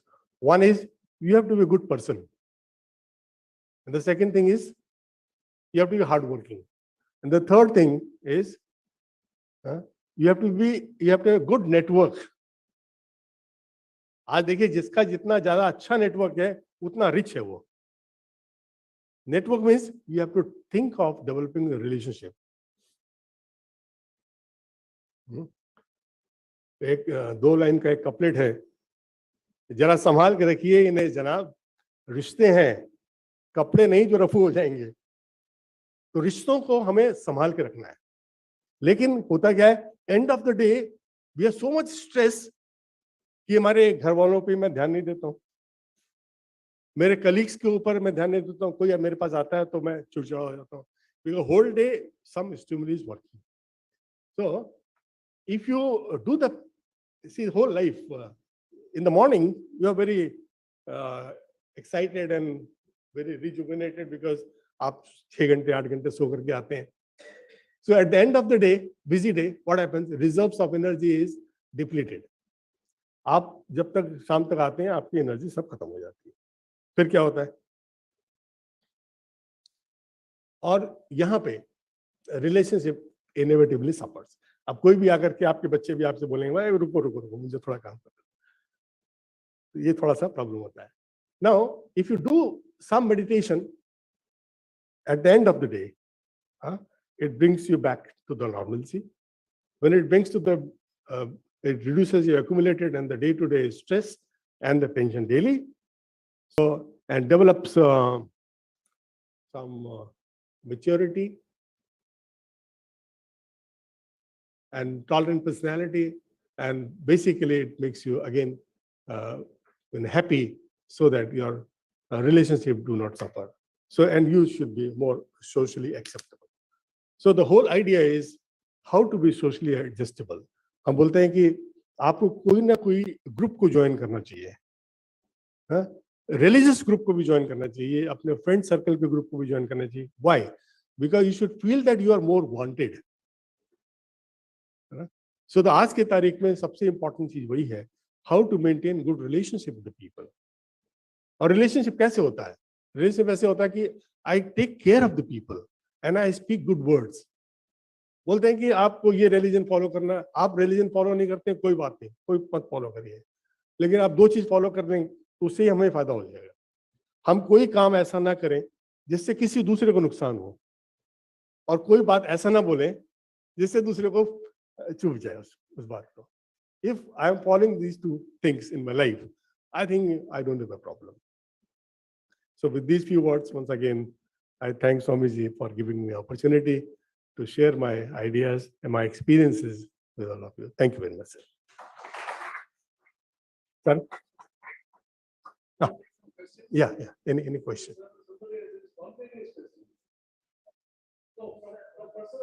Yeah.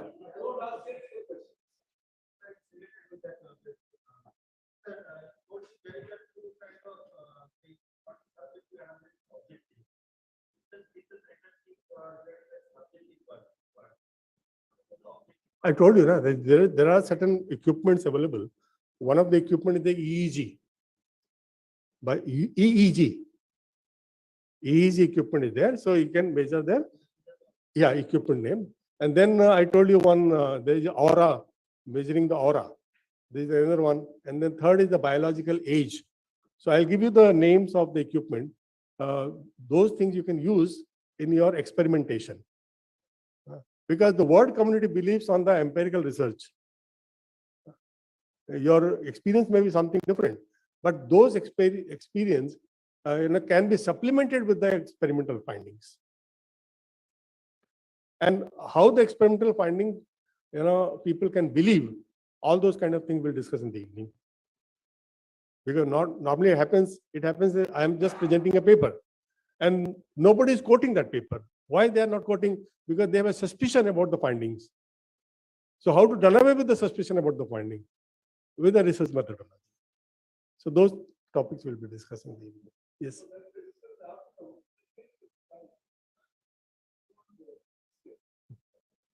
Swami Vivekananda Hmm. was challenged in the West. Yeah.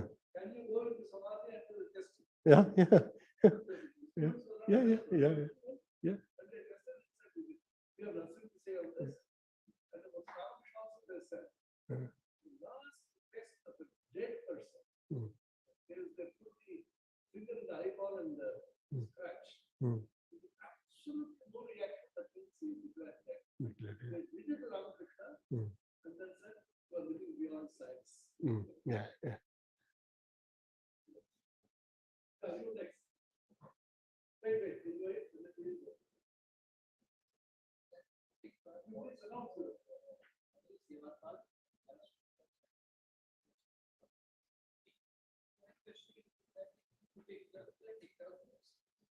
Sorry?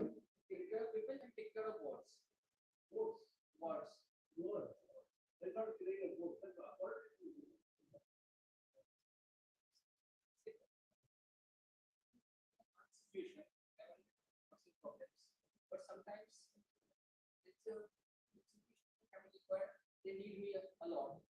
So at that time, frustrated. I want to develop myself also, but at that time, it's a problem with the family also. Frustrated.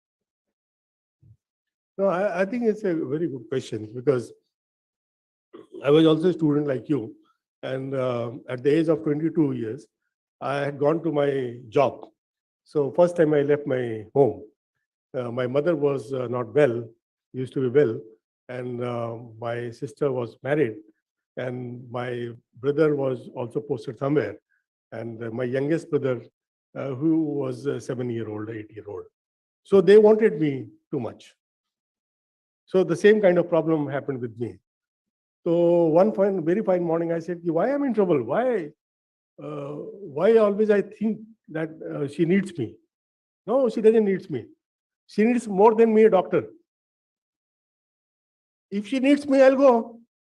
I'll go there for 2 days, do it. And once I come over here, I'll concentrate on my own work. Because by just thinking and imagining, you are spoiling your own whole atmosphere. आप क्या कर सकते हो? उनको पैसे भेज दो, doctors ने उनको दिखा दो और उनको हेल्प कर दो. सोचना छोड़ दीजिए. मेरे को एक बार one of my lady colleague was there, and every time she used to criticize me 3-4 times. But whenever she used to come, I used to help. तो मेरे फ्रेंड बोलते थे कि आप उसको क्यों मदद करते हो? आपको तो वो क्रिटिसाइज करती है. तो मैंने बोला करने दो, उसमें क्या है? वो क्रिटिसाइज कर रही है ना, करने दो. बिकॉज मेरा एक I should not leave my own temperament. It so happened with me, a student whom I patronized for 5 years during the whole course, when they come back, they don't look at to me. But we are the teachers. Lekin look at other things. I got so many people in life, उनके लिए मैंने कुछ नहीं किया और उन्होंने मेरे लिए बहुत कुछ किया. Why? Because I did not change my attitude. तो मेरे साथ क्या होता है कि if you are coming to my home first time, या आप मेरे को 10 साल पहले से जानते हो, मैं आपसे एक ही बिहेवियर करता हूँ और आपके जाने के बाद मैं भूल जाता हूँ. Why? मुझे सोचना नहीं पड़ेगा कि मैं आपसे कैसा बिहेव करूँ. एक तो फायदा ये है. दूसरा फायदा ये है, why should I spoil my day? आपको मैंने मदद कर दी, आप जाइए. तो अगर मैं अपने फैमिली की मदद करनी है, आप क्या कर सकते हो? मनी भेज सकते हो, डॉक्टर्स को बुला सकते हो, और ज्यादा प्रॉब्लम है 2 दिन छुट्टी लेके चले जाओ. लेकिन जितने दिन आप यहाँ रह रहे हो, don't spoil your mood, don't spoil your atmosphere, be productive. Ultimately आप किसी के लिए कुछ नहीं करते हो, सब भगवान करता है। जिसको जितना दिन जिंदा रहना वो रहेगा। ये हम जबरदस्ती अटैच होते हैं अपने आप से। हम जितना करना है कर दीजिए, लेकिन आप फिर भूल जाइए। आपको पीस ऑफ माइंड रखना है। आप सोचते हो मैं कर रहा हूं, हम कुछ नहीं कर रहे। मेरे साथ जो हो रहा है मैं कुछ नहीं कर रहा हूं, सब भगवान करा रहा है। महाराज मैं खुद बता रहा हूं आपको, मुझसे आप बोलो ये किताब दोबारा लिखनी हो, मैं नहीं लिख पाऊंगा। वो ऐसा समय था, मैं लिख लिया, हो गया। तो आपके साथ जो हो रहा है वो ऊपर का भगवान का देन है, उसको लेके एक्सेप्ट करो and be happy. That's the whole thing.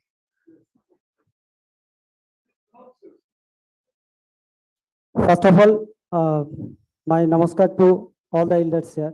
My question is, sir, as you told that everything is predestined. My name is Vasudev Mollik, and I'm here. I'm doing a certificate course of yoga here, from here. Sir, as you told that everything is predestined, then what is the role of free will? Then what is the role of free will and meditation and yoga?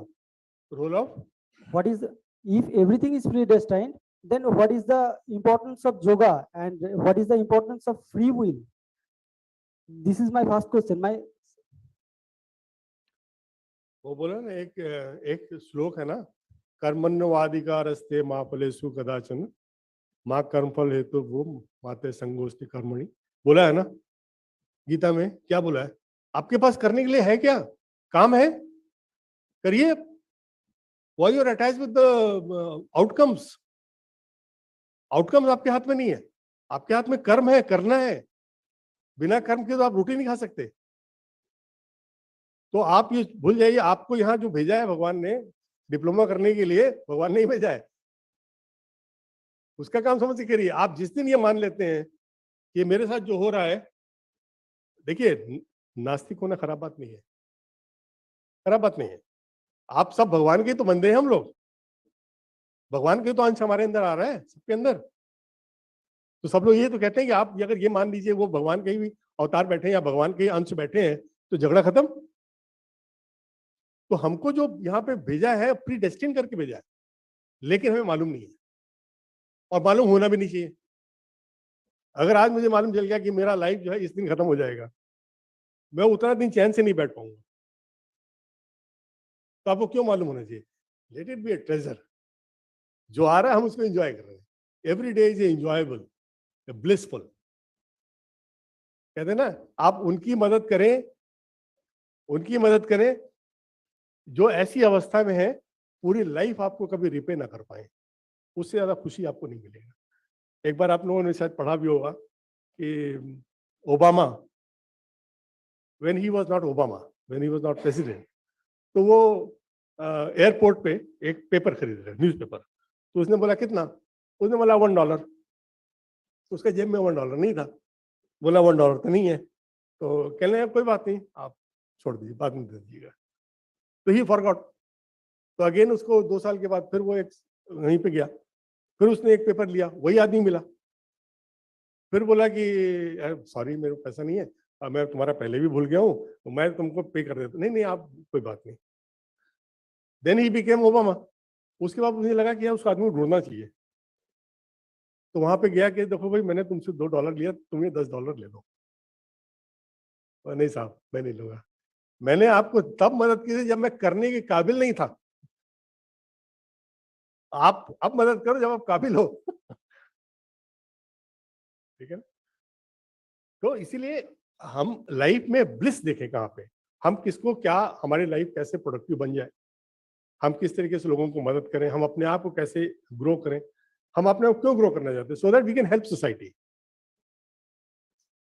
स्वामी विवेकानंद जी ने बोला है कि मनुष्य को भगवान ने बनाया है देने के लिए। आप देते नहीं हो तो गला दबा के ले लेते हैं। आप सबको तो यही छोड़ के जाते हो ना, किस लिए आप कर रहे हो? तो जितना भी आप लोग काम करते हैं सोसाइटी के लिए करते हैं। When you are born in this era, you are joining a temporary club membership. आपकी मेंबरशिप तो टेम्पररी है यहाँ पे, आपको मालूम है जाना है यहाँ से। तो जब आप यहाँ आए थे इतना खूबसूरत ये सब क्लब मिला आपको, तो आपका जिम्मेदारी बनता है जब आप यहाँ से जाओ तो इस क्लब को और इनरिच करके जाओ। ठीक है? ठीक है, तो आपका जो पर्पज ये है कि आप जब डेस्टिन्ड है तो आप क्यों काम करो, तो डेस्टिन्ड तभी है जब आप काम करोगे, काम तो आप कर रहे हैं। अभी आप सोचो नहीं नहीं मैं बन जाऊंगा, प्रोफेसर बन जाऊंगा, डेस्टिन तो है, वो डेस्टिन नहीं है ऐसा। कर्म से ही आप सब आगे आओगे, इच्छा नहीं करनी आप। और कर्म, मैंने आपको बताया, भाग्य ही आपको कर्म भी कराता है। ये स्वामी जी ने बोला, मैंने नहीं बोला। स्वामी जी ने बोला भाग्य ही कर्म कराता है। आपके भाग्य में होगा तो कर्म करोगे, नहीं होगा तो नहीं करोगे। Enjoy your life. Anything else?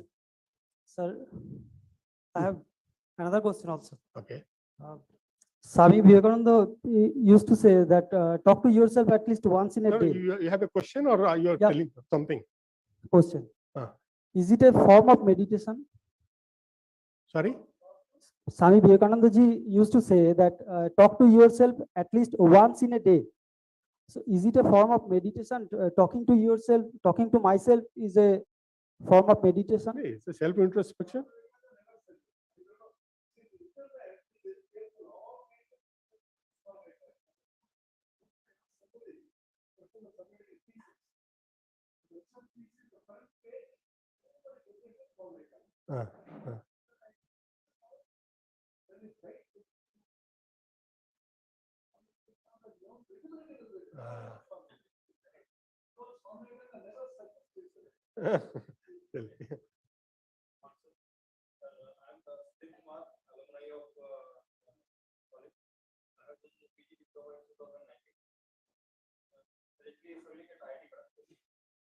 My question is that, as we know that meditation helps you to calm down, it gives you a feeling of bliss.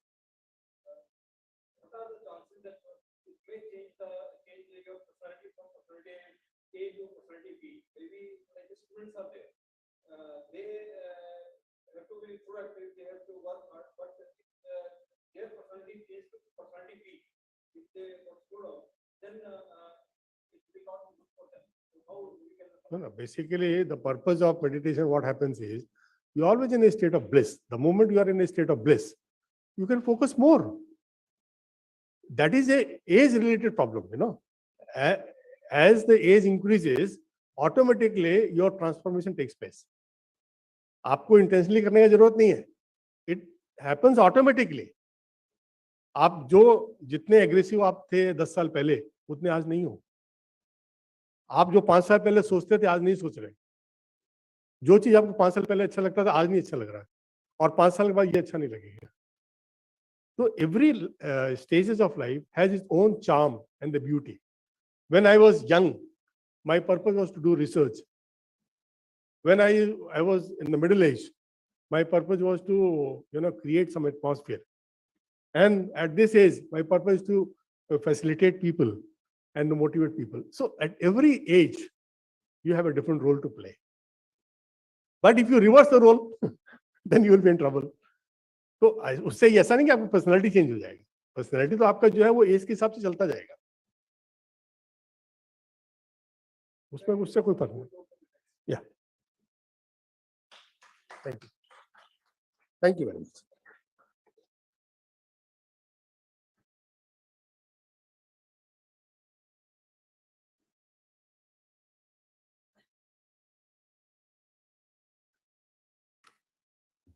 I'm really grateful to our chief guest, Professor Verma, for the enlightening talk and the very nice interaction. Thank you, sir.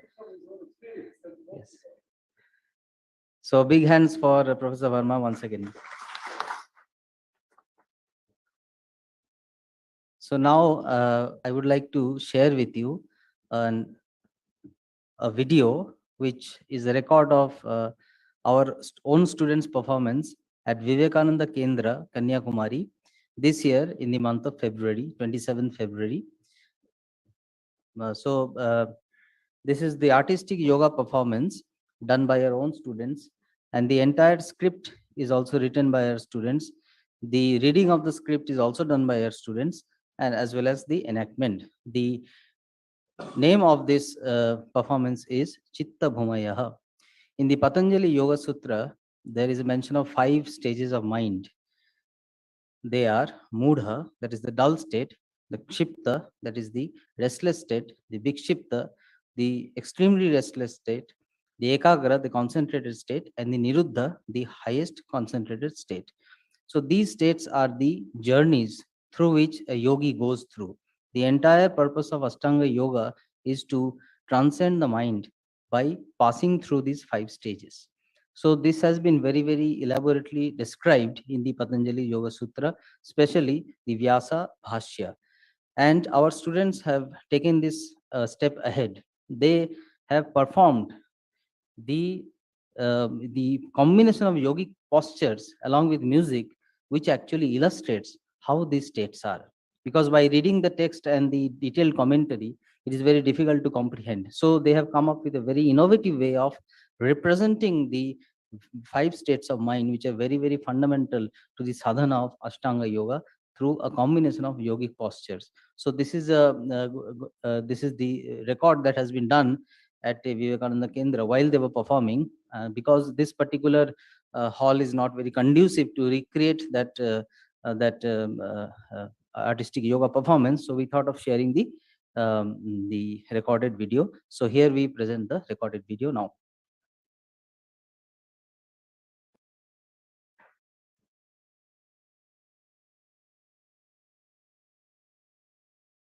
And Research Institute, Belur Math, Howrah, West Bengal. Now we are going to present a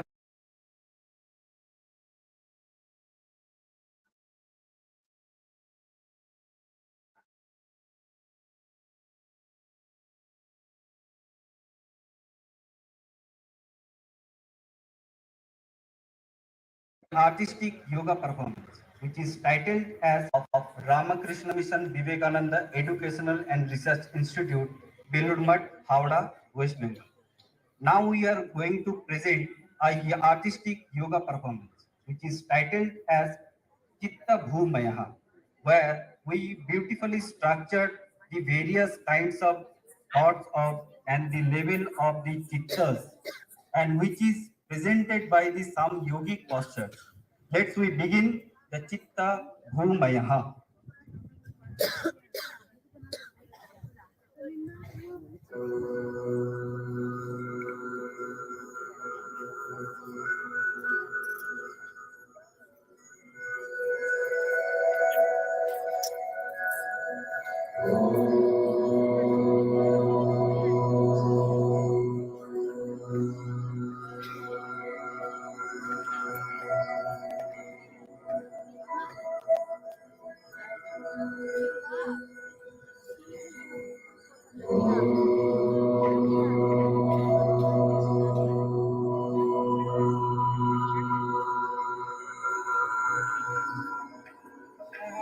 जीवन का अर्थ एवं लक्ष्य क्या है? इसका उत्तर ढूंढने का प्रयास मानव युगों से करता रहा है। योग शास्त्र कहते हैं कि कैवल्य ही जीवन का परम लक्ष्य है और योग उसको प्राप्त करने का उपाय है। इस परम लक्ष्य को प्राप्त करने के लिए योगी अपने जीवन का उत्सर्ग करते रहे।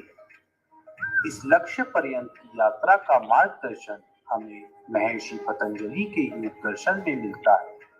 महर्षि कहते हैं कि वृत्ति सारूप्यम से स्वरूप अवस्थानम की यात्रा अर्थात वर्तमान व्यवहारिक अवस्था से अपने स्वाभाविक अवस्था की प्राप्ति ही योग है, जिसमें योगी अनुशासन विधियों का पालन करते हुए अपने प्रकृतिजन्य विकारों का त्याग करके निज आत्मा के साथ संयुक्त होता है।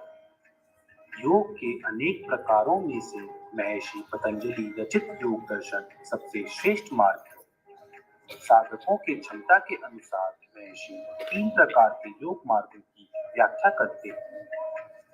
उच्च स्तर के साधकों के लिए राजयोग, अभ्यास वैराग्याभ्याम, मध्यम स्तर के लिए क्रिया योग, तपस्वाध्याय ईश्वर प्रणिधानानि और अधम स्तर के लिए अष्टांग योग, यम नियम आसन प्राणायाम प्रत्याहार धारण ध्यान समाधयो का वर्णन महर्षि ने किया है। इस प्रसिद्ध अष्टांग योग को पार करते हुए योगी का चित्त किन अवस्थाओं से गुजरता है और वह किस प्रकार के विघ्नों का सामना करता है, इसका अनुमान इस मार्ग पर चलकर ही लगाया जा सकता है।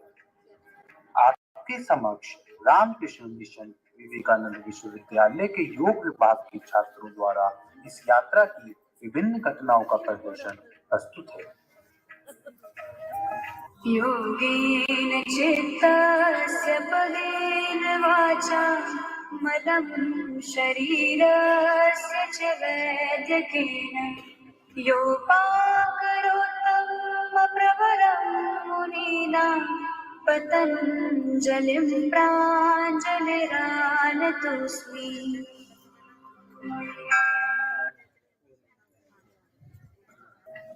मन, बुद्धि, चित्त एवं अहंकार के समन्वय को चित्त कहते हैं। चित्त प्रकृति का अंग होने के कारण त्रिगुणात्मक है। त्रिगुणों के आधार पर चित्त की 5 अवस्थाएं होती हैं: मूढ़, क्षिप्त, एकाग्र, विक्षिप्त और निरुद्ध। दृश्य 1, मूढ़ भूमि। वाचस्पति मिश्र अपने तत्व वैशाली टीका में मूढ़ भूमि का वर्णन करते हुए कहते हैं कि मूढ़म तु तमः समुद्रे का निद्रा विद्धिमत।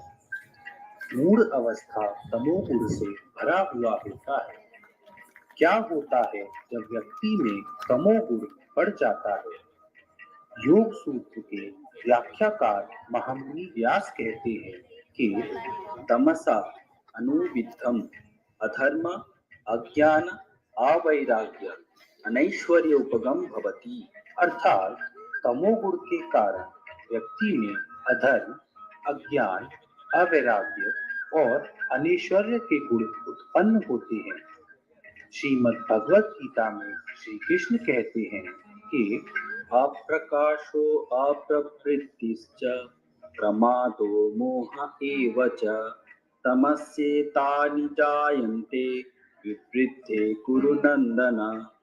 अर्थात तमोगुण के कारण अप्रकाश, अप्रवृत्ति, प्रमाद और मोह आदि वृत्तियां उत्पन्न होती हैं। और तो और तथा प्रलीनस्तमसि मूढ़योनिषु जायते। तमोगुण की अवस्था में मरने पर मूढ़ योनि में जन्म होता है। योगेश्वराय महादेवाय त्रयंबकाय त्रिपुरांतकाय योगेश्वराय महादेवाय त्रयंबकाय त्रिपुरांतकाय एकानिकालाय कालानिरुद्राय नीलकंठाय मृत्युंजयाय। दृश्य 2, क्षिप्त भूमि। क्षिप्त अवस्था कैसी है? क्षिप्तम सदैव रजसा तेषु तेषु विषयेषु क्षिप्यमाणम अत्यंतम अस्थिरम। रजोगुण के कारण क्षिप्त अवस्था में चित्त अत्यंत अस्थिर हो जाता है। क्या होता है जब व्यक्ति में रजोगुण बढ़ जाता है? महामुनि व्यास कहते हैं कि प्रख्यारूपम ही चित्त सत्वम रजस्तमोभ्याम संशिष्टमैश्वर्य विषय प्रियम भवति। अर्थात रजोगुण की अधिकता के कारण व्यक्ति ऐश्वर्य और विषय प्रिय होता है। श्री कृष्ण कहते हैं कि लोभ प्रवृत्तिरारंभः कर्मणाम शमस्पृहा रजस्येतानि जायन्ते विवृद्धे भरतर्षभ। अर्थात रजोगुण के कारण लोभ, प्रवृत्ति, कर्मों का आरंभ, अशांति और स्पृह आदि वृत्तियां उत्पन्न होती हैं। और तो और रजसी प्रलयं गत्वा कर्म संगीषु जायते। रजोगुण की अवस्था में मरने पर मनुष्य योनि की प्राप्ति होती है। देवराज सेव्यमान पावनांघ्रि पंकजं व्यालयज्ञ सूत्रमिन्दु शेखरं कृपाकरं नारदादि योगी वृंद वंदितं दिगंबरं काशिकापुराधिनाथ काल भैरवं भजे। एकाग्र एकाग्र अवस्था में क्या होता है? एकाग्रम तुल्य प्रत्यय प्रवाहम एकाग्रम एकतानम। इस अवस्था में चित्त शांत हो जाता है। चित्त में वृत्तियों का एकांता होती है।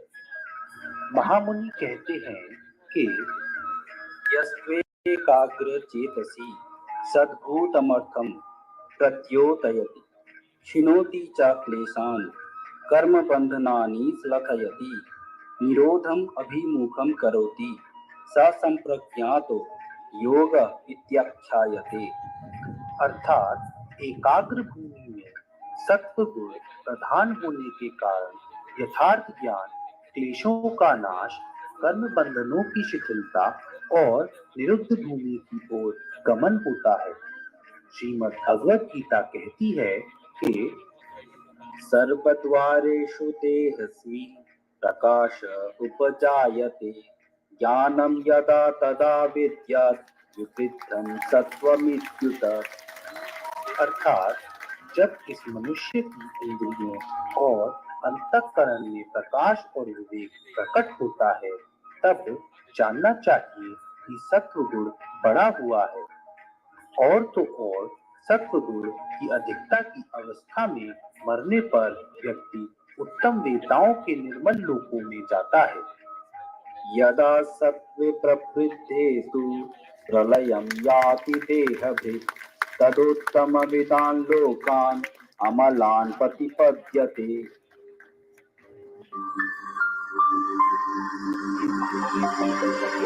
जटाटवी करज्वल विवाह पावतस्थले गले बलं विलम्बिताम्बुजङ्ग तुङ्गमालिका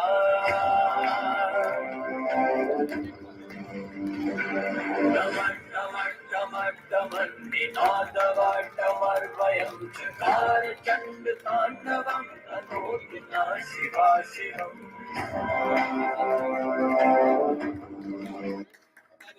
दृश्य 4 विक्षिप्त भूमि। विक्षिप्त अवस्था में क्या होता है? सत्वाधिकेन समादधादपि चित्तम रजो मात्राय अंतरांतर विषयांतर वित्तिमत।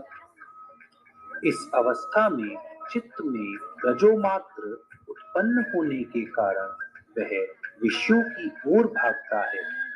महामुनि कहते हैं कि प्रत्योतमानम अनुविद्धम रजोमात्रया धर्म ज्ञान वैराग्य ऐश्वर्योपगम भवति।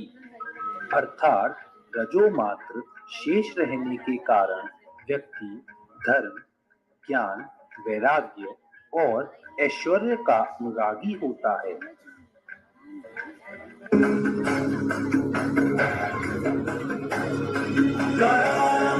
महाकाल कालम कृपालम गुणागार संसार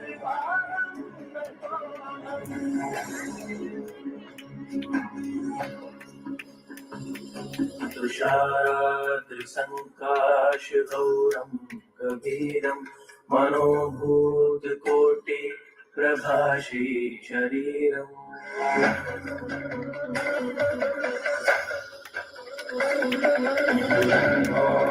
कल्लोलिनी चारुगंगा रसत्ताल वाली दुखंधे बुरंगा। दृश्य 5 निरुद्ध भूमि। निरुद्ध अवस्था में क्या होता है? निरुद्धम मिति प्रत्यय शून्यम चित्तम। निरुद्ध भूमि त्रिगुणातीत अवस्था है जिसमें कोई वृत्ति शेष नहीं रहती है। इसमें व्यक्ति स्वाभाविक रूप से शांत एवं परमात्मा के दर्शन के योग्य हो जाता है। इस अवस्था के योगियों का जीवन केवल प्रारब्ध को भोगने के लिए शेष रहता है, तब असंप्रज्ञात योग होता है। महामुनि महर्षि कहते हैं कि न तत्र किंचित संप्रज्ञात इत्या संप्रज्ञातः, अर्थात जहाँ कुछ जानने को शेष ही नहीं रहा हो वह असंप्रज्ञात योग है। उसमें तदेव रजोलेशमलापेतम स्वरूप प्रतिष्ठम सत्व पुरुषान्यता ख्याति मात्रम धर्म मेघ ध्यान उपगम भवति, अर्थात जब रजोमल का नामात्र नहीं रहता तब केवल संस्कार मात्र शेष रहते हैं, तो धर्म मेघ समाधि की प्राप्ति होती है।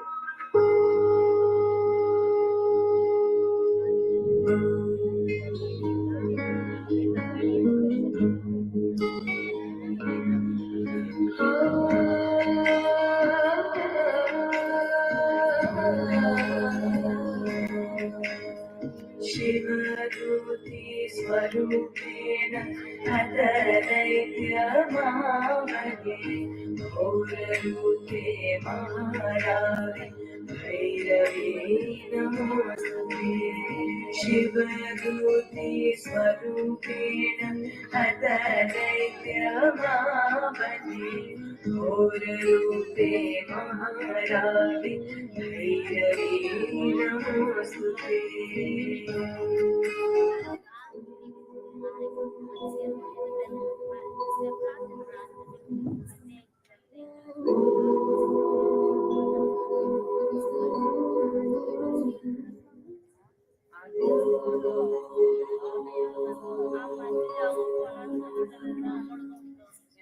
पूर्णमदः पूर्णमिदं पूर्णात् पूर्णमुदच्यते पूर्णस्य पूर्णमादाय पूर्णमेवावशिष्यते। ॐ शान्ति शान्ति शान्ति।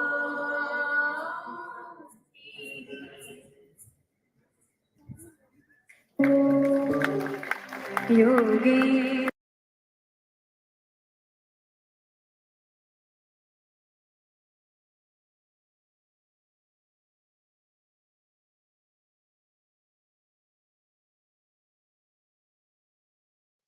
So I hope you enjoyed the performance, although I think it would have been more enjoyable if they did it live over here. So this is the recording of the event that happened in Vivekananda Kendra, Kanyakumari on 27th of February this year. That's what we played. So big round of applause for our students, all those who participated. Yes, so they are all here. So Somesh sir, he is a student of MSc Yoga, now in second year. Nayan Mollik, he is a student of postgraduate diploma in yoga. Kuntal, he is also a student of PGDY. And Anshu Gupta,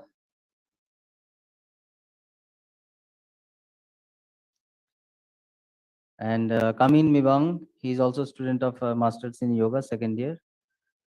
And Sanjay Maji, he was the anchor. And we are also missing two more students.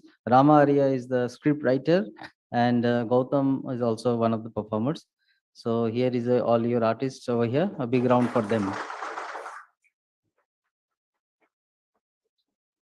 Thank you. So with this, we have come to the end of the first half. The second half of the session is basically academic talks by our respected professors of the department. There are 4 talks lined up. Each will cover different aspects of yoga from the physiological point of view to the neuroscience point of view. So we begin with the talk of Professor Uday Shankar Ray, who is joining online, and he is is going to give the lecture live. Yes, he's going to give the lecture live. So I think he's already online in Zoom. So could you just connect?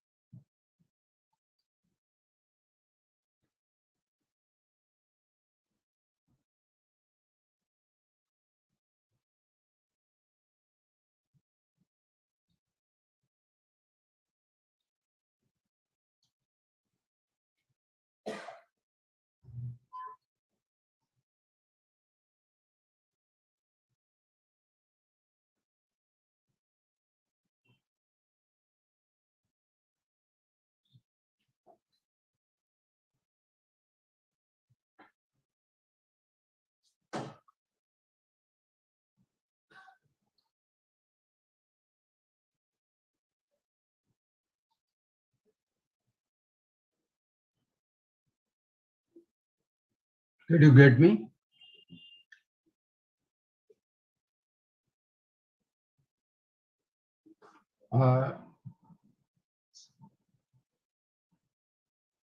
It is there already.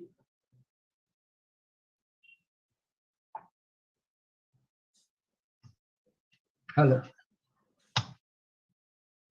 Hello. Hello. Hello. Tamaso ma jyatirigamaya mittu ma amritangamaya.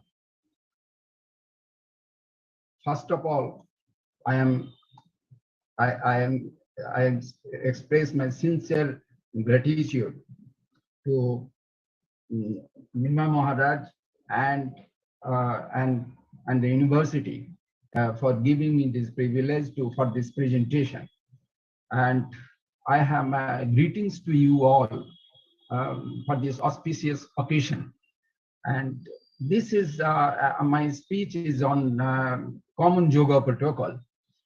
And this common yoga protocol, in this one, there are some, actually Ministry of House has made a few years back. In that one, in booklet, they have given some points they have raised, and that I have made in the 4 points in separate slides I have put. So this common yoga protocol has been made that it intends to intending so that bring awareness about yoga and its benefits among the people. The second point is that spread the message of harmony and peace through yoga among communities. What else can be better alternative than yoga, which itself tells like this for this harmony and peace during this period. All of you know that what is the condition in the world, in country itself, it is going on. And another thing is bringing awareness about yoga. If it is minimal, and we are having a huge this manpower, we are having around 33 crores of people, and for them to give this minimum awareness about yoga, it's not a matter of joke. In worldwide also it is there. In that case, people will be aware of that one too. In their practical life, they can apply that one whenever it is required. This is the basic one. And this caution, 2 cautions are there, that teachings and information in the guideline are not substitute for medical advice of physicians. And caution another is that Ministry of Ayush does not assume any responsibility or liability for any injury or loss that may result from practicing yoga. So this is the common yoga protocol, and it is there are loosening exercises. Initially, we tell in physical exercise and all, we tell that it is there is on in sports, it is tell the warm up. It is not warm up, it is termed as loosening. the joints and all, it will be little loosened, and so that it is easier to practice the asanas. And this one, there are 21 asanas, including that Savasana and Makarasana, the relaxative asanas. And yoga breathing maneuvers, there are 4 yoga breathing maneuvers. One of it is Kapalbhati, it is not pranayama. It is Kriya, and is another 3 are Nadi Shodhan pranayama, then Sitali pranayama and Brahmari pranayama. One thing is that it's beautifully all these things, this cream of these practices, comparatively easier to practice, those has been taken and put in this chart, and they have selected. It has been by the yoga masters, including different, with the advice of different leading yoga institutes. One of them is this institute, Ramakrishna Mission Vivekananda Educational and Research Institute. So the second thing is that in this part, I will be pointing out that common yoga protocol, one first chart you see some young lady is practicing, and second chart we see Swami Ramdev himself is practicing. He is also one of the advisors in these committees. So in this one you see, these remarkable differences I am showing, the how it variance goes on. Even you name one single yoga practice, and that variations is there. You see how he is practicing. Pavan Muktasana. All of us know what is Pavan Muktasana, and this is this young lady. She is also proficient. She is practicing.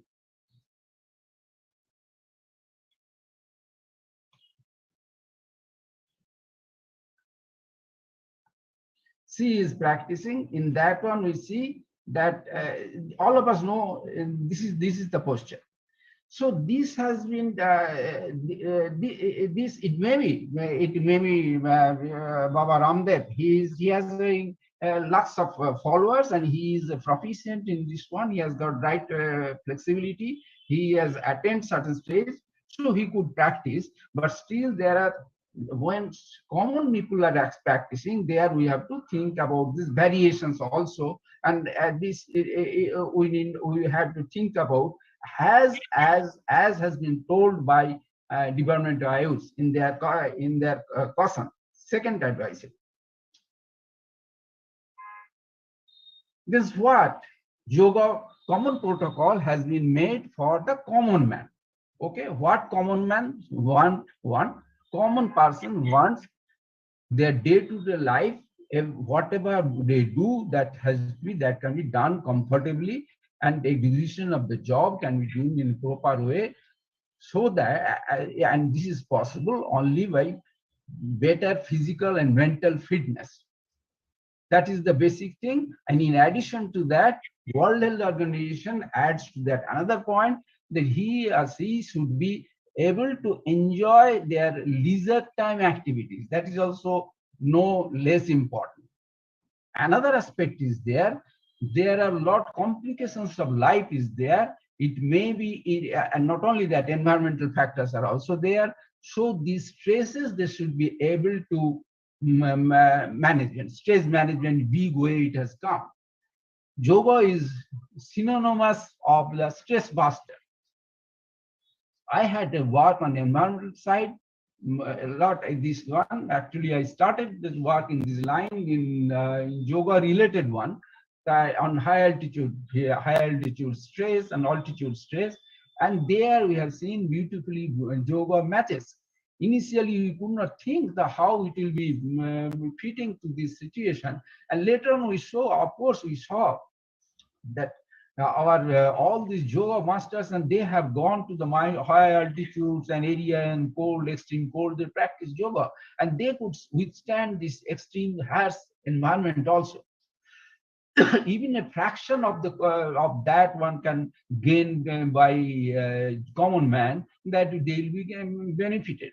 So this is one we have seen. This another in this institute itself, regarding heat stress, we have done another work. In that one, what we have done, this is the product of this institute itself, that we have seen it hot environment, 40 degrees Celsius temperature, and humidity is also is there. In that condition, we have taken heat stress indices. In that one, we have seen they could withstand the hot environment also within the some 1 hour they can tolerate, and with the maintaining the core temperature, that is inside body temperature, and it is not going that high, and simultaneously the defensive mechanism of that sweating mechanism should not be that much, so that they lead into the water loss, the dehydration. So 1 hour it is possible, and that has been published in some good journal also. So this is, I'm taking environmental factors is there, and stress management.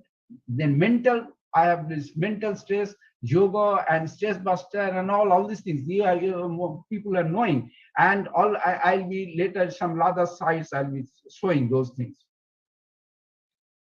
Then how this happens, how this performance improves, it improves by yogasanas, it improves by yoga breathing maneuvers, and also meditation. The yogasanas, what it does, it improves muscle strength. It is analgesic. Jogging exercises, yogasanas is stressing type. It is pain, it relieves. That is, you will be seeing that physiotherapists use different yoga postures. That is one of the pain relieving factor. For that thing that is being done, that improves body flexibility, optimize activities of the cardiovascular system. Cardiovascular system, when I tell blood pressure, heart, and all this becomes a common thing. So our body always wants to itself is natural way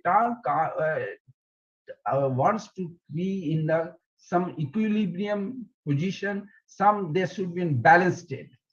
So yoga, nothing what it does, what it helps, in properly if it is done, it always tries to bring the minimum, optimize the levels of blood pressure, heart rate, and all this cardiovascular related things. And it has got effects on other systems also. Improve activities of the sensory motor system. We have got whatever we get from Panchandriya, whatever you get from outside environment, that goes to our brain, it is integrated, decision is being taken, what to do and not. Then through motor system, motor nerves, we execute the task. So then that one, both the sensory and motor side, these yogasanas has got good effects, and I am not going to give details of that one. Yoga breathing maneuvers, what we call the kriya, I think that one is in yoga, this common yoga protocol, it has got that Kapalbhati, that's kriya. This another one is that all this pranayama, what it does the blood oxygenation in a better way. What is what is happening? We know we are having in the lung, there is this vesicles, the air packs inside this one, the single in the alveoli, and in that one's interface of the capillary and alveolar wall, this interface is there, and there actually more your respiratory rate goes down, more the time it is gets, that transit time it is more, better oxygenation is there. Simultaneously, this is one side. Another thing, more air is available. Deep breathing is there. Deep breathing, if it is there, yoga improves the depth of breathing. What is the depth of breathing? When every breath, if you take more air, instead of so many panting, so many times you are doing respiratory rate goes up, you are more tired. Your respiratory muscles get tired.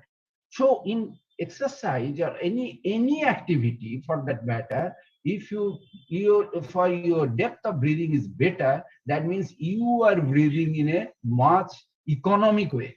That is economic way of breathing. And the same thing I'll be giving later slides, I'll be a little bit touching upon that one. So respiratory muscles also get strength, but the exercise is there.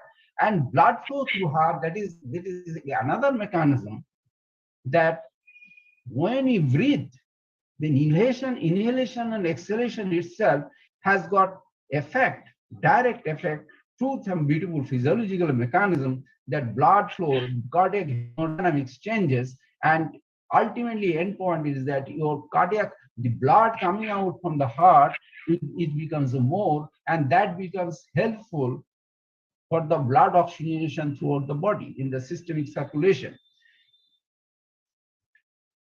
Meditation, your Dr. Bharma has he has told about meditation. I'm not going to just points I'll be telling. And meditation controls excitatory process. He was telling sympathetic hyperactivity, it pacifies, parasympathetic tonic it becomes. That's why it happens. And other processes are there. Has a calming effect and mental tranquility. What is the mental tranquility? There is prashanti. I think very Prashanti exact may not be coming, but thing is that it is like that. It is there. Those who meditate and they practice, I think few hours or some time days, they easily, one need not go for meditation also. If simply one practices asanas, pranayamas also, one can feel that one. Because this yogasanas differs from gymnastics in that way. There is some meditative component. If you do better yogasanas, if you will be during that time, your mind should be there in the muscles, body, different movements, and all. Your mind also getting controlled with that one. Then when somebody is doing yoga breathing maneuvers, every time this instruction is there, you feel your breath, That is also one sort of meditation. So all these things, it is an integrated fashion, it is there. Yogasanas, then pranayamas, all these yoga breathing maneuvers and meditation is interlinked. One is good, if somebody is good in that one, he may achieve other one also, he will be good. But that doesn't mean that those doing yogasanas, he can't do better meditation and all. Those who are more advanced, they are doing only meditation. So overall, it controls, improves. There is improvement in neuroplasticity. What is neuroplasticity? Good old days, people used to think that nerve cells, it doesn't regenerate. The cell death is there, it can't regenerate. So nowadays, this modern science tells it is not like that. Brain cells can regenerate, and that is called neuroplasticity. And this one neuron with another neuron, one nerve cell with the other communications, it improves. And that is being, and once while meditation, it improves. There are a lot of literature has come, and particularly last 20 years, a lot of literature has come. And after the discovery and this upliftment of this fMRI system, MRI and fMRI also, during dynamic phase of these changes, it is being recorded. Improves sensory motor nervous processing. Already I have told this, we have got some data on this one, and beautifully it fits into this one. See, I'll be telling an example. If this reaction time you are measuring, suppose you are doing some sound. With respect to sound, you have to tap that one, so that in between that you are knowing that what is the time in between. Stimulus to the ear, and you are tapping, some pressing the button. In between this time, it shortens. That means reaction times, it improves. So this improvement is there in our lab also. We have seen that in this improvement, not only this, you have seen in the other levels also. Simple reaction time, I'm just saying, simple reaction time. It improves by yogasanas, it improves by yoga breathing maneuvers, and definitely it improves after meditation. And when everything is done, what you have to see, you have to choose how this quality of practice, you can judge from that one. So it happens. This is very good parameter in that one. Having positive effect on physiological systems overall. Yoga overall has the positive psycho-neuro-immunologic effects. What is the psycho-neuro-immunologic? This term is very much used nowadays. Psycho-neuro-immunologic effects. What is this? Your yogic practices changes your mindset. That itself has meditation and all it has effect on your nervous system, and nervous system is nicely related with immunologic processes, in particularly all these hormonal systems that through our neurohypothesis and all, it is related. So these chain reactions is there, what we call the downstream effect in physiology. It is there. So it rejuvenates the immunologic process. Yoga has got these preventive. I'll be stressing more on the preventive rather than curative strategies, because some we have to yoga big way it can come. There is even for subclinical level of disease management, that level of work, whatever has to be done, still it is not being done. Lifestyle related disease disorders that hypertension, coronary artery diseases, diabetes, skeletal disorders, it is there, it's proven, it happens. But strategies has to be thought out. We are having, and which intensity has to be done. What type of exercise? Yogic exercise, okay. How long? Which exercise? Particularly, and we have got a beautiful setting now. Previously, we didn't have. We have to search through literature. We have to run through different yoga masters and yoga institutes, that which one we should, what posters we should select. Now, a beautiful yoga, that common yoga protocol, which will be used by common man itself, that we are having, it can be judged. It has to be looked for. See, lot of work has been done. Even online recording in my lab we have done. But thing is that once something has been seen, the further studies are required. But this has to be, one has cautious approach will be there. Otherwise, it becomes a repetition. And once required, and this has it should have more application side. Simply theoretically, it increases, goes up and go down. We don't get to any answer. We have to answer to the people for whom we are making. And it will lead to so many yoga packages. And these are mental disorders. This anxiety, depression, this is a common thing. And you know almost every psychiatrist that use this tool of yoga, they tell meditation and all these things, they tell. And indirectly, National Institute of Pro-Chancellors, he was telling that National Institute of Mental Health, in big way they have done in this line of work. And they have that Professor Desiraj, who was there 85, 82, he initiated this type of work. And now this institute is wholly devoted on that one. And what they are doing much depth into the problem.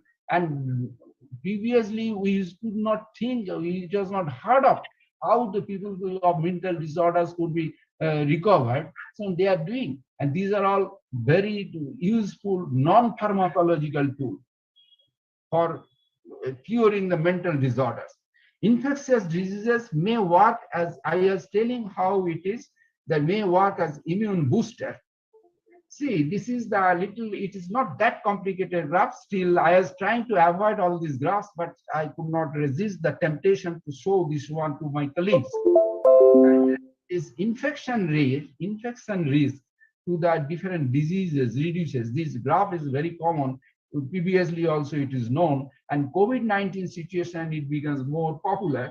So what is that? You see this JSEP. In this one, we see this is the minimum, particularly upper respiratory tract infection risk factor, it reduces.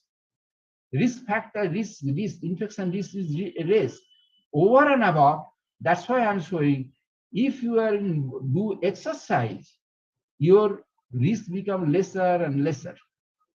And that exercise, but there is some limit. It should be 40 to 50% of your maximal of a person's maximal effort. It is 40 to 50%. That is sub-maximal level in moderately. If it is there, then it will be much better.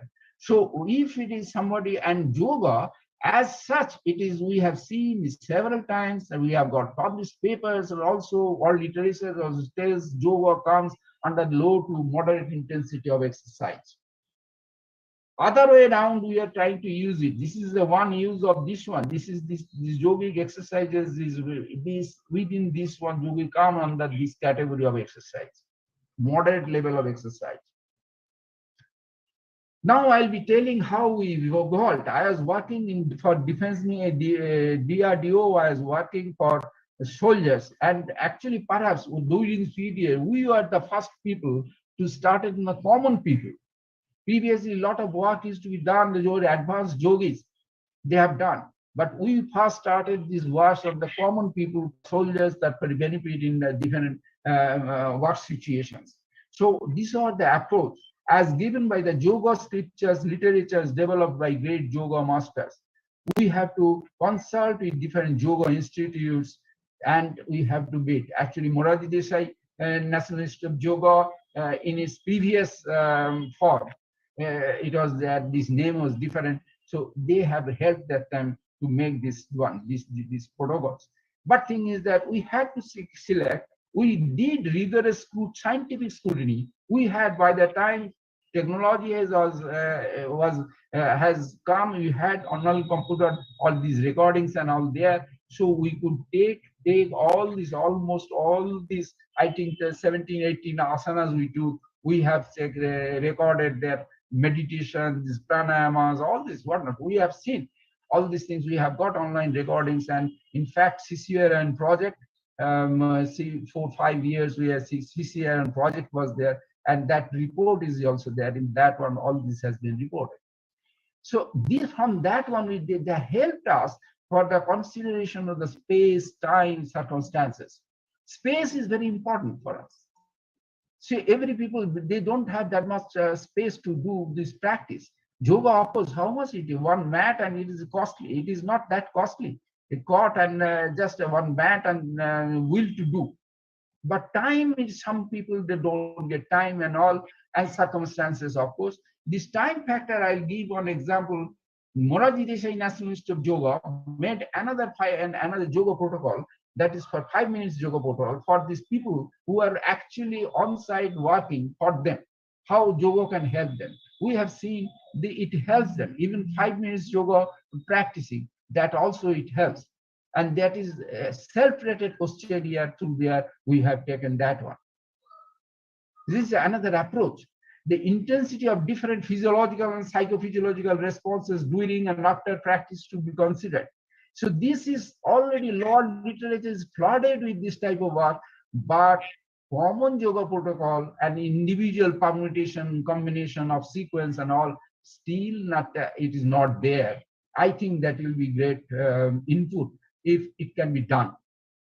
Being a scientist, I should present more popular type of lecture, but I am not listening because the students are also there and our colleagues are also there.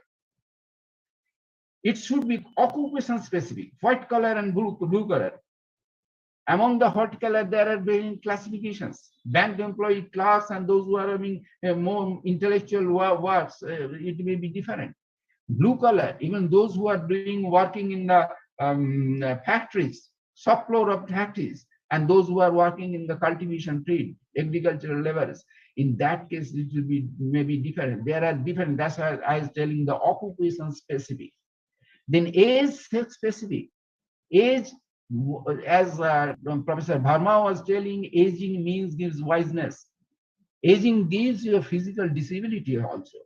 Nature doesn't cope with your aging and your efficiency goes down. So how it has to be done, including by these yogi practices. Even this common yoga protocol, somebody practice how it aging, how they can cope with that one. Whether it can be cut, whether it can be put some more practices, or time has to be improved. All these things, nitty-gritties are required. Then sex, this is the actually male and female differences are there.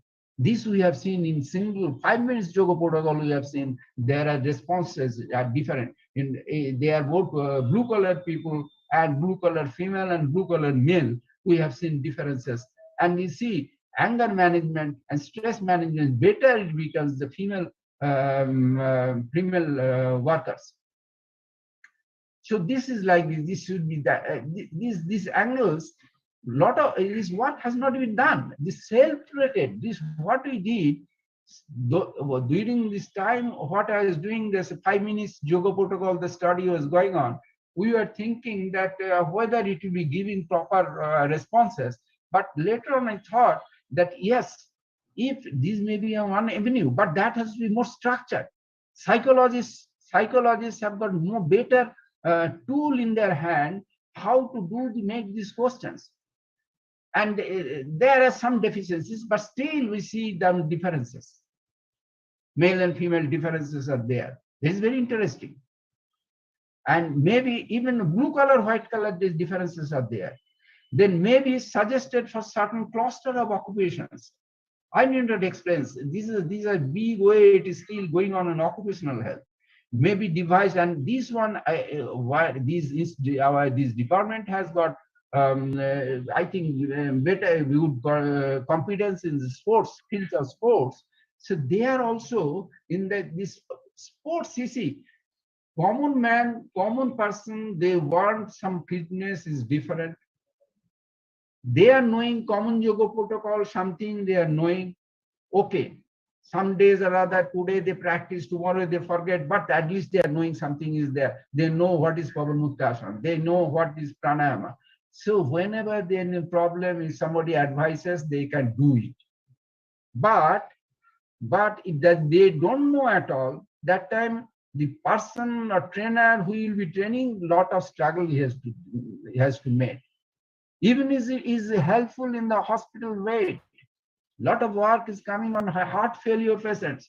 I know the peak oxygen uptake improves by yoga, and that one and they improve from they reverse the diseases, these coronary artery diseases, not only the coronary until heart failure, 25% of this time. So that time they will be learning yoga. At least some idea if it is having a doctor or proper medical attendance will be there, and some trainer can give very easy form, it will be there to teach them. This I am telling, that is from one corner, one extreme. Other corner is sports person. A sports means there in competitive sports means excellence to the end, physical and mental endurance. Yoga helps in that one. But this research approach has to be little more. This is difference. It will be focused in that extent. How can human ability can be stressed to the end? So then only it will be helpful. Meditation of okay, certain cases and all we have done in this aiming and all these things. Maybe devised for this there. Maybe devised for larger group of population. These ideas we can when it can be expanded. This is a more recent publication I had after coming to Calcutta. I started this work with some university students, and in that one we see this is 22, 7 years it started. It took to bear fruit. It has been published in Journal of Ayurveda and Integrative Medicine. That is a LCBR publication. There's differences in skeletal growth pattern yoga practicing adolescent girls. This is a cross-sectional study. In this one, what you see 4 years to nowadays, craze it has become so much, yoga craze. Parents and their guardians, they're eager, they're lined up. Sometimes they're lined up with yoga centers and all for training them, these kids, the yoga. There are people convinced about it. And not only that, the craze for performing better and the competition. Yoga competitions has got its impact on this one also. So what is happening? So this came, I thought that why not we see this craze is there. Even 4 years old girl is doing 5, 6 years, when actually yoga masters tells you start from 8 years. See, it starts. So what is happening? We see there is depression in the growth. There's mean value in the yoga girls, yoga practicing, and control group as compared to these are lower.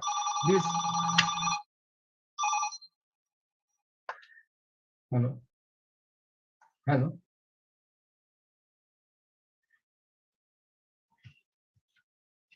Then this is the one. Hello.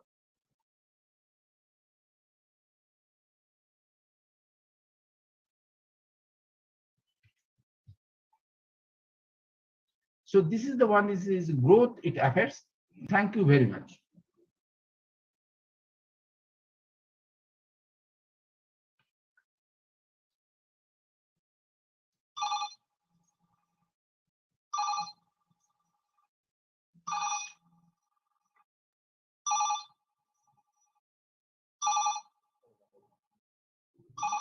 So I would like to request Professor Arnob Das to speak to you. He's going to tell you very interesting thing that we have experimented in our physiology laboratory. So all of you please carefully listen. His title of his talk is Physiology of Yoga, but he's going to share with you some interesting finding of some experiment we did in our own lab with our own students, and the idea also has come from our own professors. So please listen to this. I am also very curious. Please, sir.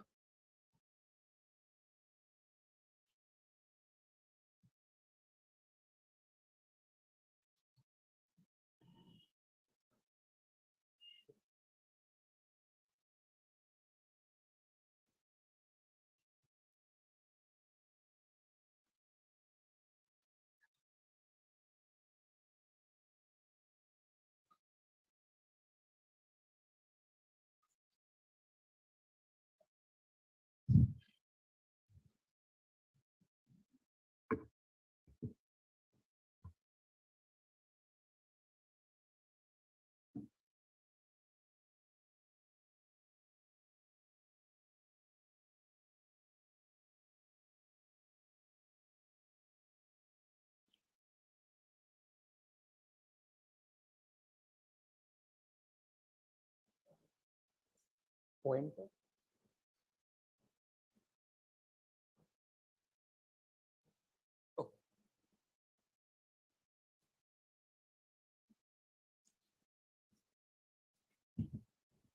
So a very good afternoon to all of you.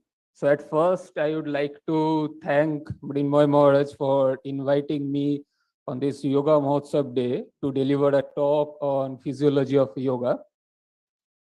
So at first, we'll see one picture.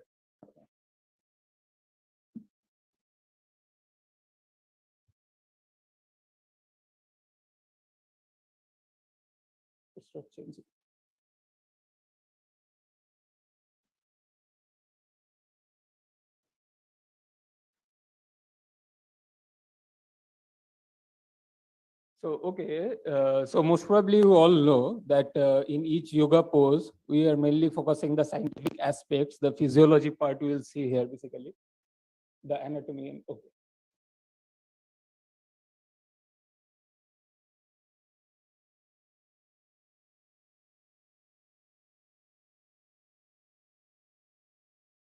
Okay, I think from March 2020, we all are facing these issues. Not the person I am highlighting. I am trying to highlight the mask, face shield, hand sanitization, and all those. So most probably you are thinking why I'm starting from that level. So basically, it's an unavoidable situation we all faced, and which basically leads us towards mental stress, lot of mental stress, most probably. Our sleep quality got hampered. Suddenly, we got a decrease in physical activity, and anxiety level also increased. So these are the things which basically leads to several individual observations are there, and there are several research articles also there, which clearly examined and established that during yoga, our sleep quality got during COVID-19 pandemic and because of lockdown, our sleep quality, anxiety, and those profiles got hampered. So, and changes in physical quality as well.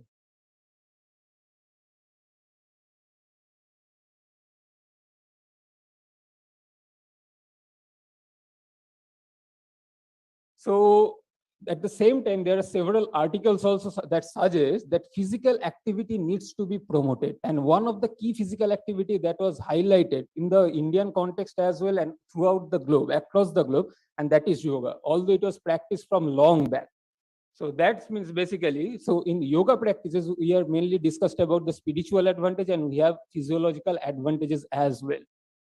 So here in this talk, I'll mainly focus on the physiological aspect. And that is, I think you all know that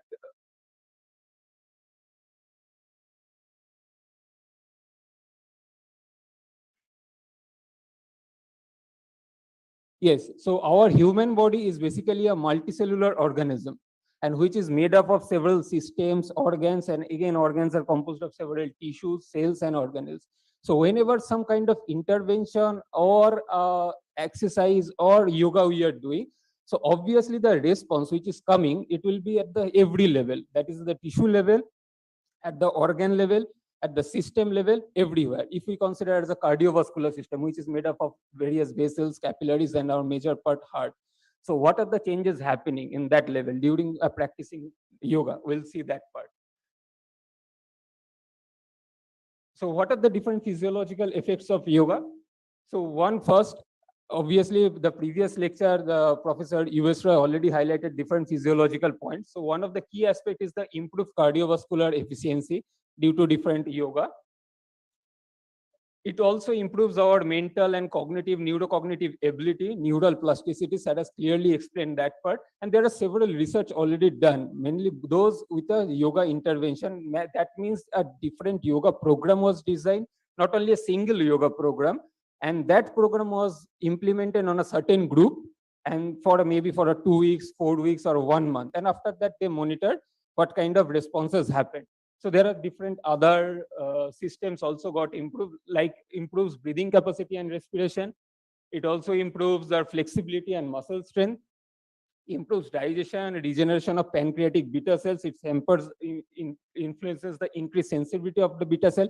Beta cell generally is responsible to synthesize or produce insulins to handle the glucose level in our body.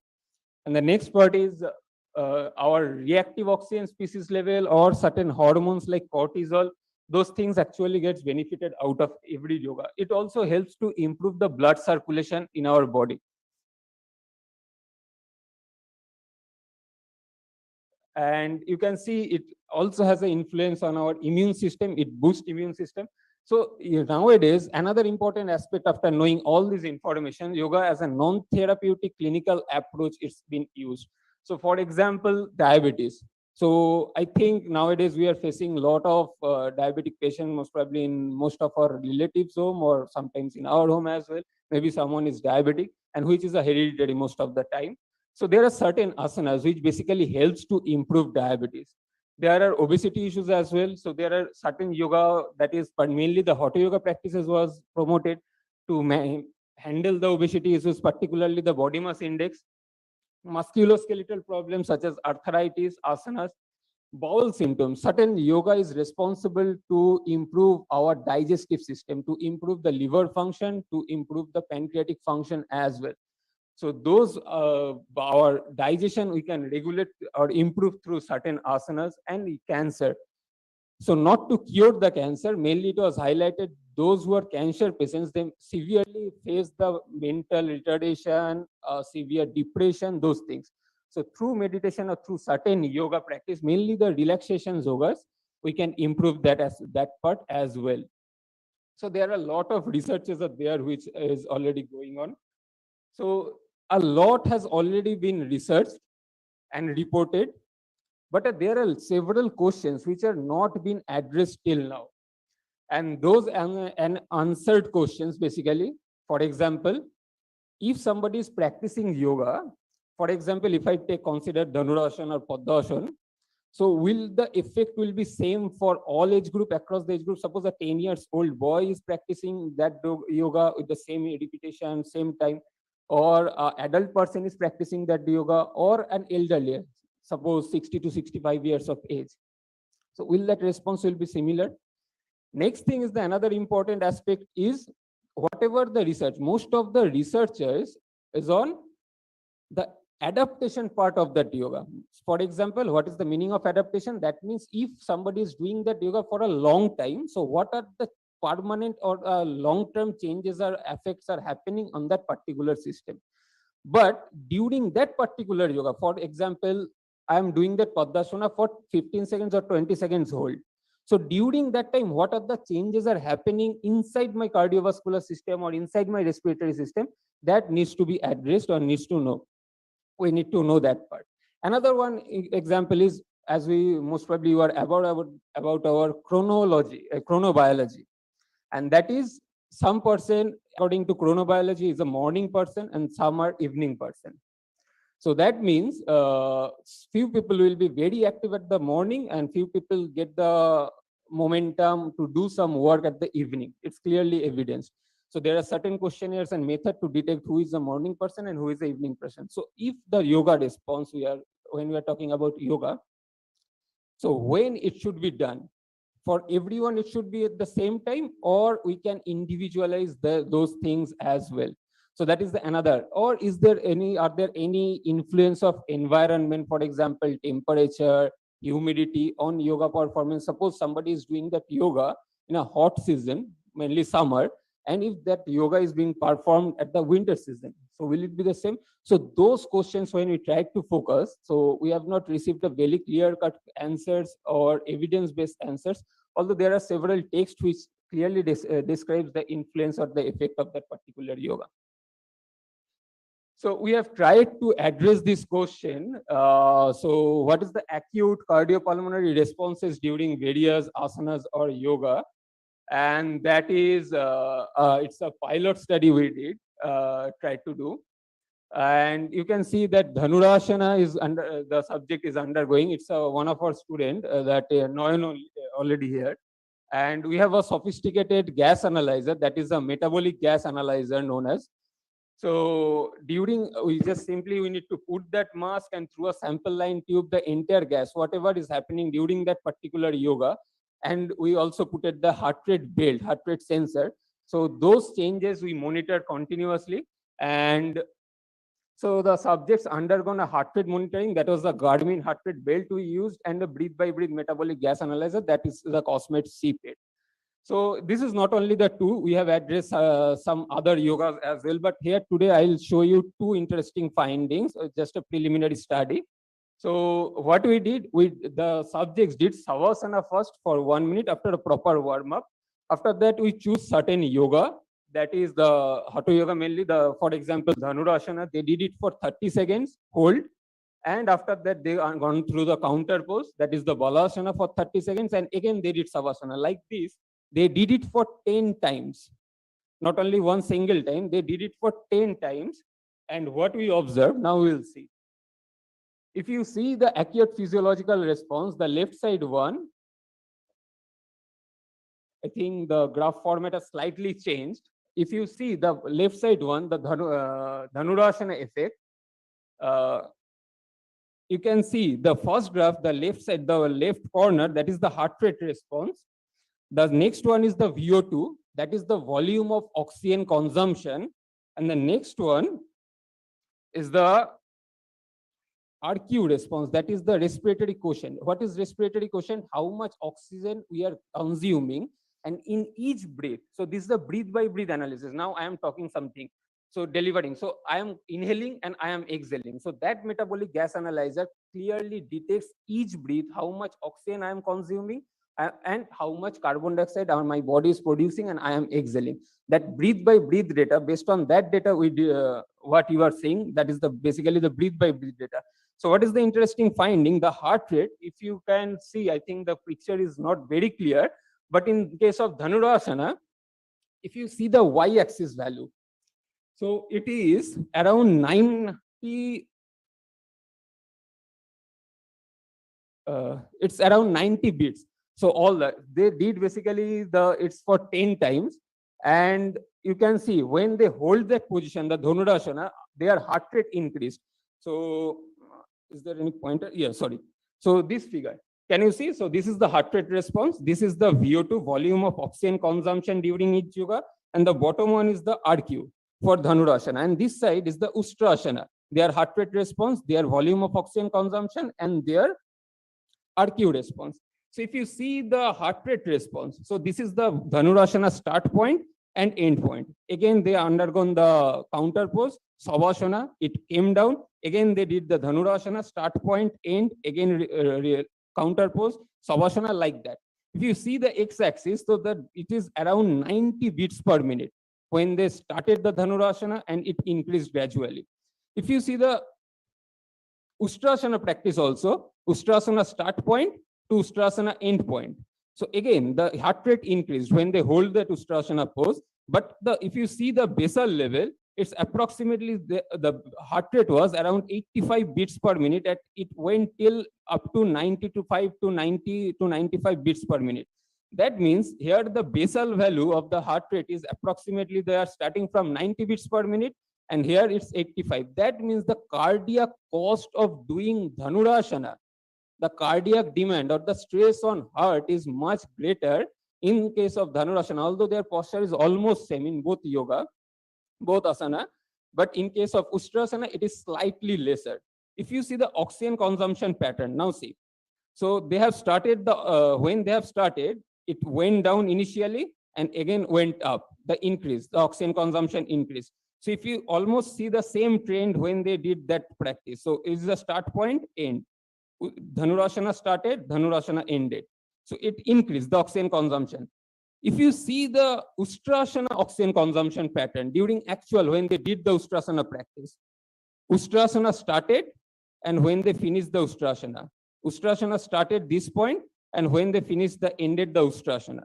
So during Ustrasana, although it's a hyperparabolic pattern in both cases, the Dhanurasana and Ustrasana, but the volume of oxygen consumption from the beginning of that yoga, in the case of Dhanurasana, it went up. In case of Ustrasana, the volume of consuming oxygen, it came down. The exact reason in-depth analysis also required. The third graph, that is the RQ response, the respiratory quotient, as I was telling. So RQ also represents our body's substrate utilization. If RQ level is approximately 0.7 or 0.8, that indicates our body is utilizing or generating energy mainly from the fat source, not from the carbohydrate source. And when our RQ crosses 1, so that means that time our body is getting or producing ATP or relying fully on carbohydrate. It's on 100% carbohydrate and lesser fat. If you see here, some orientation changes happen, but basically in case of Dhanurasana, the RQ level was on the higher side compared to Ustrasana. It was around 0.85 when they started. Compared to Ustrasana, it was 0.8 approximately. So this is what is actually indicating. So you can see, I think some orientation changes happen in the PPT, but you can continue. Next. So what are the preliminary observations? So this study was done mainly on right now on 3 subjects, and this is the individual subjects data what I shown just now. It's not a group data or something that group mean or group average.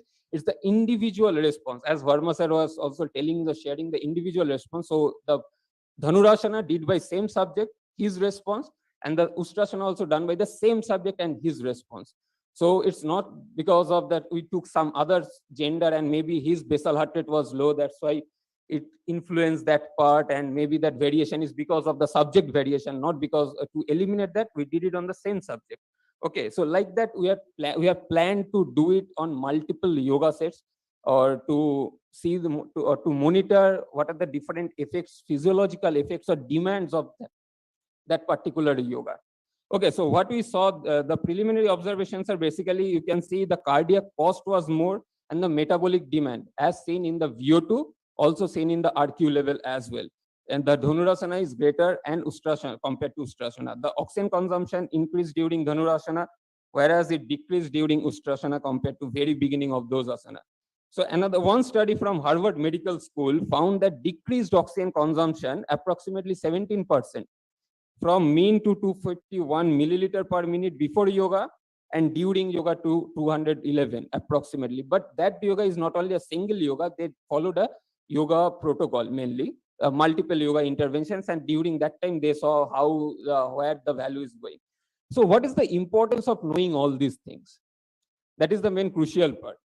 So if we know that how each yoga, how much load we are getting or getting implemented on our physiological system or in our body, then we can, while doing a yoga or while planning a yoga module or giving a particular yoga training or planning a yoga session, which is composed of multiple yogas, obviously.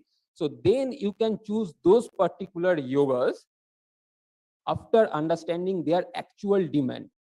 So we can, whatever means, after doing that yoga, obviously certain benefits most probably you will get after doing for a long time or after certain time. But if we know the physiology behind it of each yoga, then we can and design it accordingly, then we can maximize that particular yoga benefit. And obviously, so this is not only about the physiological response. So this is the acute response. This is known as the acute response. And when we are talking about the chronic part or the adaptation part, that is basically chronic when the time is getting involved. So the next part, I'll just address one point. So sometime emerging area is also working. That is the effect of yoga on gene expression. When we're talking about the adaptation part, means those who are doing a everyday meditation or everyday or regularly yoga, so certain changes are happening. So it's only from the system part or from the cellular or the cellular level or in the DNA. Is there any changes or gene expression changes are happening or not?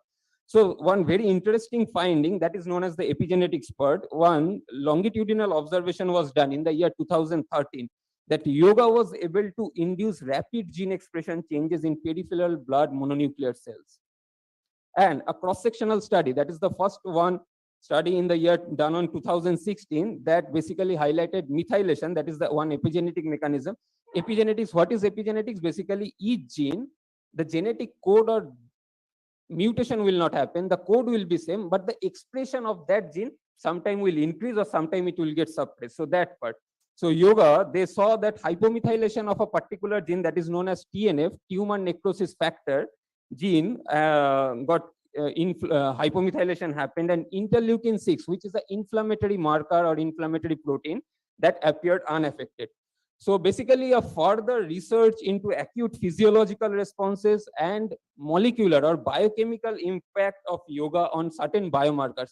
For example, when you are telling that this yoga improves the digestive system, so obviously we should know, or it will improve the cardiac health or the cardiovascular system, we should know what should be the magnitude of increase or benefit.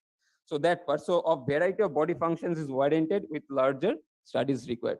So thank you all of you. So this is a very preliminary study we started and hope something will find. Thank you. Thank you.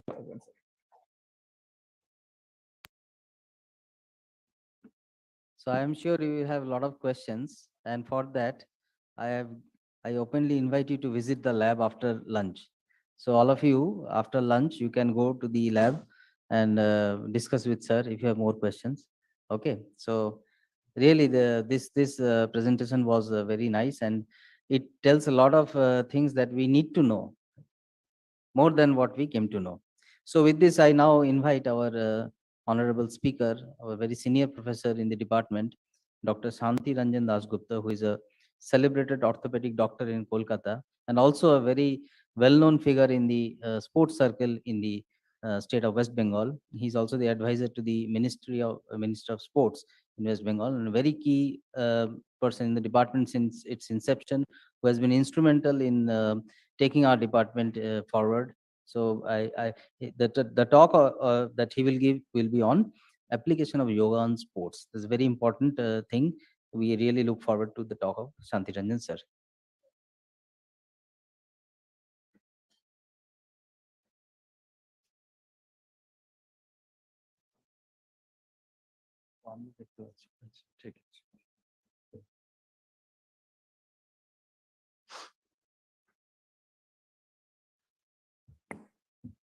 Thank you all. I don't know with which topic I should start, because this yoga, it was from ancient time in our system, but we never use it in proper way. Nowadays, we are very much keen to apply this thing in everywhere, including health and also the sports, everywhere, or also in the daily routine. So initially I heard so many topics regarding yoga.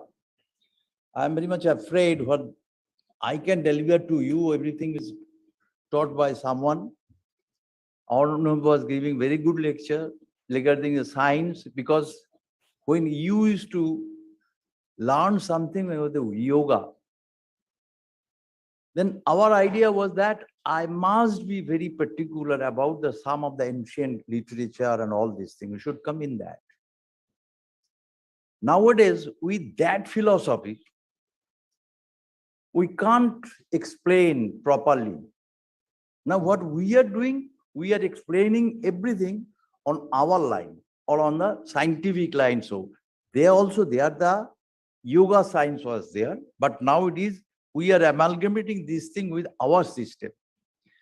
And both are incomplete. Still, we have the organs, we have the so many things, our physiological activity. Now the day by day, this physiological activity is changing. What was taught in our book in physiology, now the sports person has changed everything. And very recently, one organ was discovered. It's like momentum. It also control our total body. It will come up. But while dissecting our body, we never found all these things because there was no thing inside our brain. So we can't see it. We never see it. So now they are telling us everything is there. Like you all know what I used to tell, in our student life, when we were house staff, we used to tackle in surgery and medicine, mainly in the emergency, with the, what is called gastric bleeding and sometimes a melena. And in surgery, people used to, treat the perforation due to ulcer. And that was the cause of that ulcer, and the bleeding was intact as hyperacidity of your system. So what we used to do, anti-hyperacidic treatment. And initially it was, in Bangla, I'm telling you, ghori keno আর গরু কেন, that was the treatment initial. তখন কিচ্ছু ছিল না, মানে তুমি ঘড়ি ধরে ধরে তুমি 2 ঘন্টা অন্তর দুধ খাও, এটাকে কুল ডাউন করো, and then antacid like gelusil and XYZ discover, you take that thing. And we are really, everybody doing our house job and all these things, it was a problem for us to tackle. And cause was hyperacidity. We used to see this acidic and all this. But in 70s, it's discovered that it is not due to hyperacidity. It is one bacteria which is called Helicobacter pylori. This is the causative factor of ulcer. And when it discovered, immediately there is remedy of that. We can kill that bacteria with our medicine, and we can repair all these things within 3 weeks. Now it's not problem to us. So what was in our time, physiology, was that hyperacidity causes this. That has been changed. It is due to bacteria. Okay. So every time it's changing. That is my talking about all these things. So here you can see, if I talk about yoga, there are, now I will show you, there was a video, I was afraid that whether this video will be running or not, but I have seen that thing. All the players who are very famous, renowned, they are using this yoga system. Still, I should say, there are so many asanas, and it's very difficult to perform if you don't practice it. But who used to practice in this in the early age, they can do in the age of 80 also. That is the system. That's why I was talking to my friend, biomechanist, that we should learn what is the biomechanics behind this asana. We should learn it. We should document it so that we can apply ourselves that thing. What one is, you all know, in Bangla it is called as dhauti on one thing. Dhauti means you intake water, and with the activity of the stomach, you can expel it out. If we know that thing, this procedure, if we can apply this thing in our body in the morning, I'm telling you, 90% of your disease or your problem will be solved. And that is not very tough. We can do it if we practice it. Every asana, we can practice it. So my main notion here is to tell you the application of yoga in our athletic personals. How? Forget about every other thing human beings are, but they are now. And in that context, I can say, we have our lockdown from March 23rd, 2020. It was up to this time, about 1.5 years. We are under. Yeah. During that time, there was no sports activity. You can't go outside. There will be no outside activity. Only thing was that you can make yourself fit in the way. But people used to do what to do. You are not allowed to go outside. So you are inside. I think only thing was there, the yoga. Yogic asana and all these things, you can do it inside the room also. So no problem. Inside your house also. So very much applicability of the yoga proved during this COVID situation that we must learn it. While this thing, you have seen Virat Kohli. He used to show he was not afraid of not practicing with this thing. He used to do this shadow practice and all, but he used to do this physical strengthening exercise inside his residence. Now he's fit like anything, and he can compete with everyone. This is the problem. If you can accept that thing, you have to accept this thing. And our problem is that we usually don't accept everything in that way. Oh, like Shushruta was the father of surgery, and we used to respect. He, during his time, have invented, have told us, do this, do this thing. Nowadays, this is a modification is coming. So in yoga also, এটা হয় কি না আমি কি করে বুঝবো, আমি করব কি না, কি করব, এগুলো আমাদের ফালতু কোয়ারিজ থাকে। আমাকে চেষ্টা যদি করতে চাই, যেমন আমি একটা সিম্পল এক্সাম্পল দিচ্ছি। অনেকে আমাদের মধ্যে অনেকে আছেন হোমিওপ্যাথি খেয়ে ভালো হলে বলে দূর হোমিওপ্যাথিকে কিছু হয় না। এটা কিন্তু অজ্ঞতার জন্য। We don't know about the homeopathy. So we আটার না কিছু হবে, ও খেতে পারেন আপনার ইচ্ছা, এটা করবেন। এটা আমাদের একটা ভুল ধারণা। সিমিলারলি এই যে যোগা, এটাকে অ্যাপ্লিকেশন, এটা কি করে এলো? এই যোগার অ্যাপ্লিকেশন আপনারা যদি, সৌরভ যখন আমাদের ক্যাপ্টেন ছিল সেই সময় ব্রেক চ্যাপেল এসেছিল আমাদের এখানে কোচ হয়ে, ও 9 জন কোচ নিয়ে এসেছিল, 9, তার মধ্যে যোগা ট্রেনারও ছিল। আমাদের আর্মিতে যে ট্রেনিং গুলো করে উনি সেটাও করাতেন। মানে কি, ওই এখন তার হেডিং এসছে ফিজিক্যাল স্ট্রেংথেনিং, সেটা যতভাবে পারা যায় সেইটা করা ছিল। ওরা কিন্তু তখন থেকেই অ্যাপ্লাই করছে। তখনও আমি বলছি আমরা অ্যাকসেপ্ট করিনি ওইভাবে। তারপর যখন গ্রেককে তাড়ানো হলো, নানা রকম গল্প করে তাড়ানো হয়, তো এইসব কিছু এক্সাম্পল দেওয়া হলো। কিন্তু he was with his team during that time fit করার জন্য। আজকে সেটা প্রুভড। এবং অস্ট্রেলিয়াকে যদি মনে করেন, একটা টাইম ছিল অস্ট্রেলিয়ার ক্রিকেট, অনেক খেলাই আছে, ক্রিকেটটা অস্ট্রেলিয়ার পকেটে ছিল। 3টে ফরম্যাটে ওরা চ্যাম্পিয়ন হতো, যেটা আজকে ইন্ডিয়া হচ্ছে। ইন্ডিয়া সব জায়গায় কিন্তু যেতে পারছে ঠিক ওই পলিসিটা অ্যাপ্লাই করে।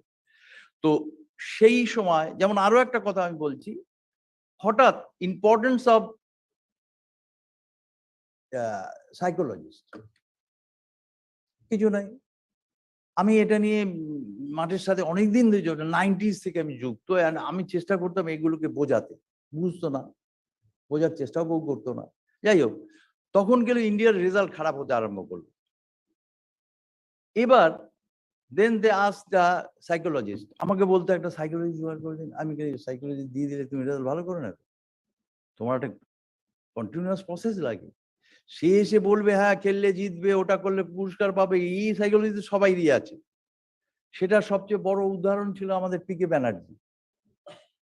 পিকে মানে যেখানেই কোচ করেছে সেখানে ওর একটা ইম্পর্টেন্স ছিল, মানে ওনার মাথায় বুদ্ধি ছিল যে এই প্লেয়ারকে নিতে হবে, এই প্লেয়ারকে নিয়ে বেস্ট প্লেয়ারকে বেছে নিল, বেছে নিয়ে উনি ভোকাল টনিকের জন্য এক্সপার্ট ছিল। ওই বুস্ট আপ করতো, করে খেলা বার করে নিয়ে যেত। ট্রেনিং ফ্রেনিং এ ধার ধারতো না। কারণ প্রদীপদার সাথে আমার মনে আছে একদিন প্রদীপদা বসে বসে বলছে, আমি তো যখন বসে থাকি তখনই কোয়াড্রিসেপ এক্সারসাইজ করি, করি, আপনি কিছু বললাম না, সিনিয়র লোক বসে বসে কোয়াড্রিসেপ করে আছে, সময় দেয় না, এইসব কয়েকটা টার্মস বলতো। কিন্তু এরা ফিজিক্যালের উপর কোনোদিন যায়নি। তো আমি একদিন বলেছিলাম সাইকোলজির উপর জোর দিচ্ছেন না, বলে কোথায়, নেই তো সাইকোলজি। আমি কে বলবেন, আমি ইয়েতে আমাদের সিইউতে আছে, সিইউতে একটা স্পোর্টস সাইকোলজি পার্টই আছে ওদের। আমি যখন সিইউতে জিজ্ঞেস করছি, ওরা বলে কেউ আসেনি, কি করবো, আমাদের তো মাঠে তো অ্যালাউ করে, কি সাইকোলজি করে, আমরা এইগুলো কিন্তু আটকে রেখেছি স্টিল টুডে। অ্যামেথি ওরা বোধহয় খুলেছে কিছু, সেটাও প্র্যাকটিক্যাল ব্যাপারটা হয় না, কিন্তু সিইউতে এখনো অধরা চলছে যে এটার একটা অ্যাপ্লিকেশন, এত কিছু এসেছে, এটা এত একটা ইম্পর্টেন্ট পার্ট। যার জন্য আমি ওদেরকে একটা জিনিস বলি যে আমরা যে কোনো খেলাধুলো একটা যদি আমি ট্রায়াঙ্গেল টানি, সেই ট্রায়াঙ্গেলে তিনটে অ্যাঙ্গেলে হচ্ছে, একটা হচ্ছে ফিজিক্যাল ফিটনেস বা ফিজিক্যাল স্ট্রেংথেন কার ঠিক আছে, একটা হচ্ছে তোমার স্কিল, কতটা স্কিলড তুমি খেলায়, আর একটা হচ্ছে psychology. These are the three, 33, 33, 33, 99, and 1% is luck. এটাই 100। You apply this formula in your life also. This is 33, 33, 33, and 1. পরীক্ষায় বসে ওই প্রিপারেশনে যেতে হবে, ওই সাইকোলজি নিয়ে প্রচন্ড ভালো প্রিপারেশন করেছি, সাইকোলজিক্যালি অফ হয়ে আছি, পরীক্ষা ভালো হবে না, সব মেলানো যায় ওইটা দিয়ে। সিমিলারলি এই খেলাধুলোতে this are the three components main, you will have to accept ইট।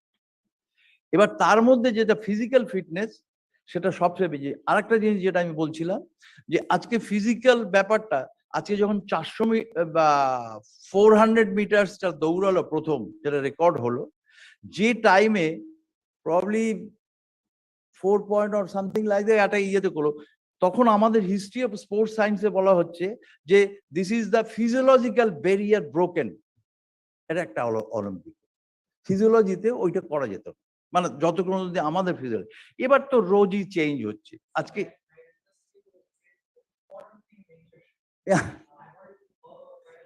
না, but I'm telling about the exercise and all these things.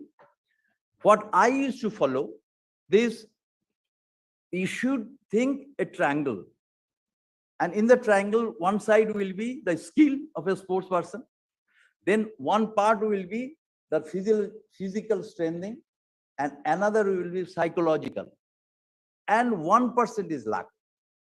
And these three will make you successful in everywhere, in every life. This is the then these way the running, because while you are playing, you have got the skill, fine, you have got the strength and all this, you know how all these things, but you are psychologically bit off. I'm telling you, you can't go for the result. It will not be. That's why you will say that while doing the IPL and all these things, which is very costly game now, is that if any problem, then they send the player to his country, go and solve it. But their contract is in terms of crores, not less than 10, 20 or like this according to player. But they will have to sacrifice that player for coming 2 matches or 1 matches, because there is some problem in the house, they will have to go. And coach never asks them go for play and all these things, they can come. Only exception was, there was some exception. Only exception was Sachin Tendulkar. He was there, his father died on that day, and he played the next day for India. And probably he got a century also. So there are some exceptions. And after doing his century, I remember I saw that thing. So he was doing up in the sky. So some of the things which is very important in life, to maintain all these things, and you have to go for this thing, you apply yourself very politely, that everything is easy. I am telling you, it's the only country, the India, whenever they participated in any game, you will see we are champion or runners in any game. Like if you go for chess, now recently the Thomas Cup, then hockey, then cricket, then football. Once we are football champion in Asia also, we played for Olympic also. In every game, India participated and India won the medal. So we have got a very vast majority of skill in India. And only skill, and you can ask me how our football goes down while we were fourth in the Olympic at once upon a time. Now there is no question of qualification. You can't qualify. Problem is that we forget about the scientific application of our body. All other countries, they apply the scientific, ideas and all these things. They train in that way. Very recently, we have purchased some of the machine. Dr. Arnav is doing very good job. And I am telling you, this is the first time in Bengal that of the machine. And we are trying to popularize that machine so that the sports person should come here. They should check themselves. They can see what to do. I mean, one thing I'm telling you, we used to go for the ACL, anterior cruciate ligament tear in the knee, which is very important for all the players in the knee. So we can do that thing, operation, all these things. This is microsurgery. If you practice it, it's okay, you can do it. There are a lot of surgeons, thousands of surgeons can do it. Problem is that while going back to your field, you must see what is your position, what is your condition of the muscle, whether you will be able to go for the play or not. You can remember very recently, one player, he is from outside, Shoni Nardi, his name, he used to play for the Mohun Bagan. And very good player, striker and all these things. He had got an injury, ACL injury. Then he contacted South African doctors. They are famous.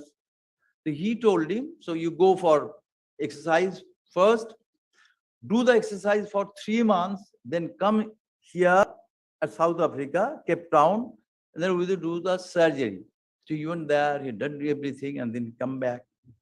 Then he took about another 3 months or 4 months, then he joined the game.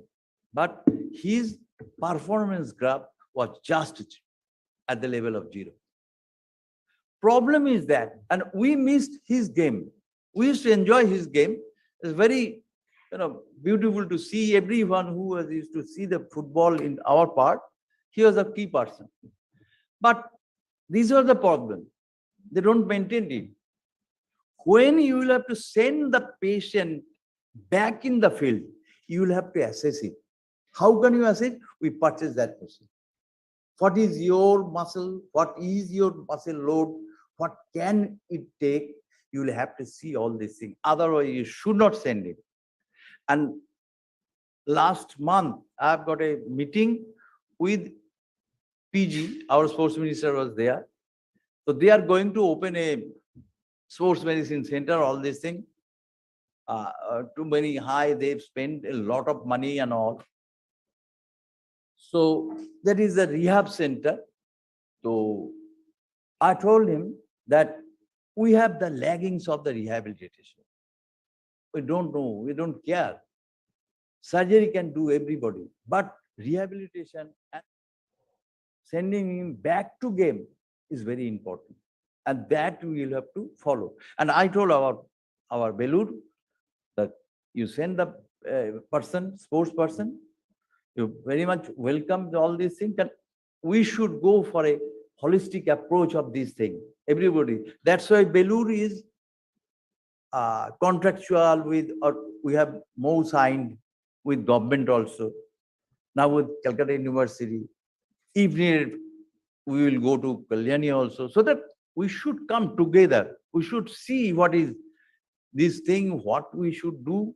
Because for the junior, like one example I am telling you, why it is very important. Very recently, one person is from Nadia, Kalyani or this thing, while playing football, he died. Unfortunately, he was contacted with the team which I used to represent time, this East Bengal. This year, he will be playing for us. And we contacted him in 1.3 lakhs for the year. A very poor family.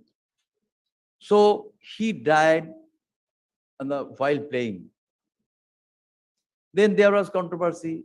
While everybody, when there is a death and all these things, which it should not be done, it should be this thing. Then I checked everything, whether there was any time, any medical examination done. They said no. And his family, his club, and everything requested our minister, sports minister, that you please ring him so that we can get the body immediate. Yes, we need that thing. But I was shouting, why? Because we must know what is the cause. We don't know what is the cause. Now, one of person, he was playing in earlier days in Kalighat, MS, all this thing. His president was telling me, yes, I understand. He used to sit, and after finishing the game, he used to sit, he never stand. For it is a history 5 or 6 years back. They never checked it. This is a problem. That's why these things, these sports science or all application, yoga in sports science at every game, we should be cooperative, we should be vocal, you should come so that our skill should be very much developed. And I am telling you, if you can take this challenge, within 10 years, India will show their performance in every field. No problem. And we have a archery, what is called, academy in Bengal, that is in Jhargram. This is one of our scout or our boy has won the gold medal in Asia. So we can, if you can go the scientific training and all these things, we can get the good result. And that is coming. আচ্ছা আমি কি এটা কে করবে change করার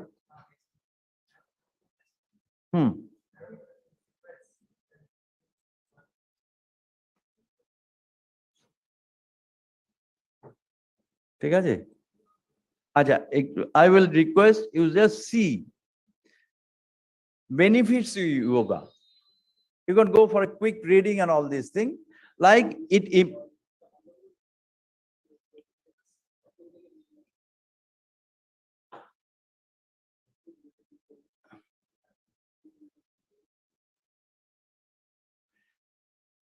improves concentration.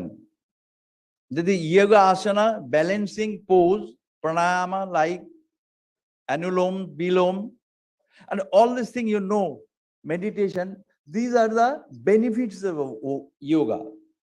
1, 2, 3, 4, like this, they are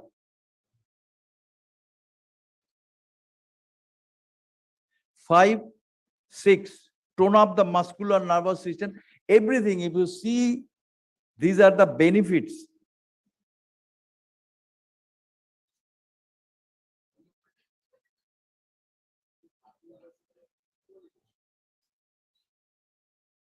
Why might an athlete seek yoga?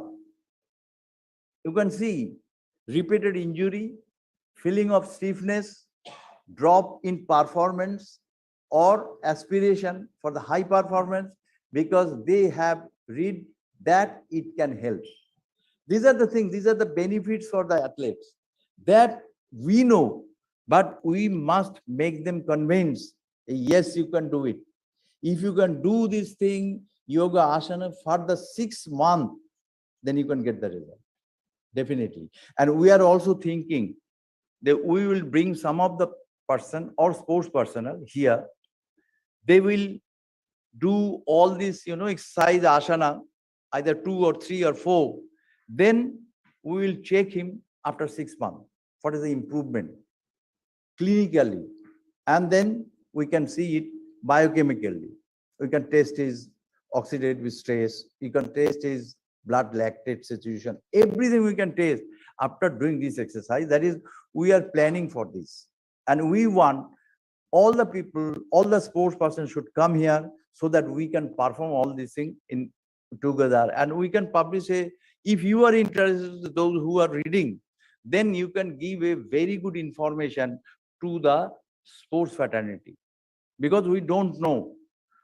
And we don't know what is really the benefit. We can show it with this thing, right?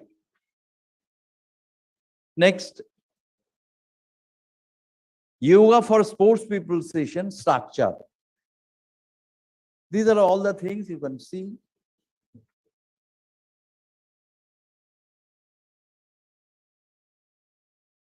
You see what Sachin Tendulkar tells. I will always be thankful for the wonderful asana Guruji, that is BKS Iyengar, taught me. A player like Sachin, after Bradman, he is the person we all used to salute every time. This is his version. Okay? So we should not hesitate about this. This is what is the benefit of yoga and this thing. This person, he played for at least 40 years, nearing 40 years. About 5 to 6 operations done in his body.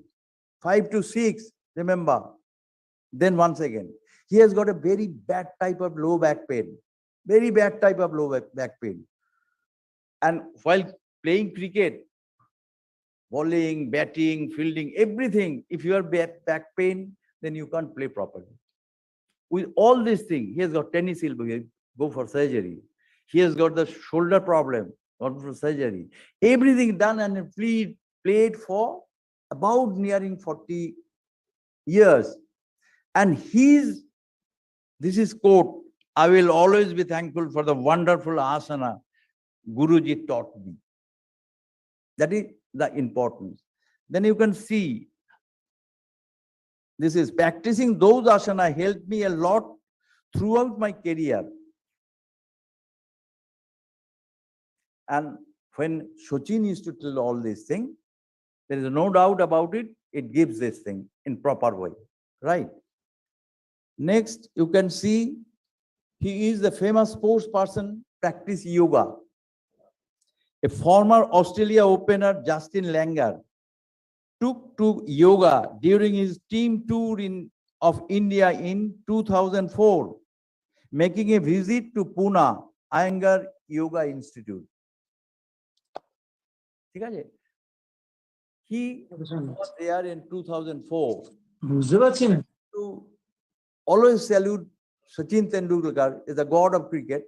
Okay, so he went to, Justin Langer went to Iyengar Yoga Institute to learn how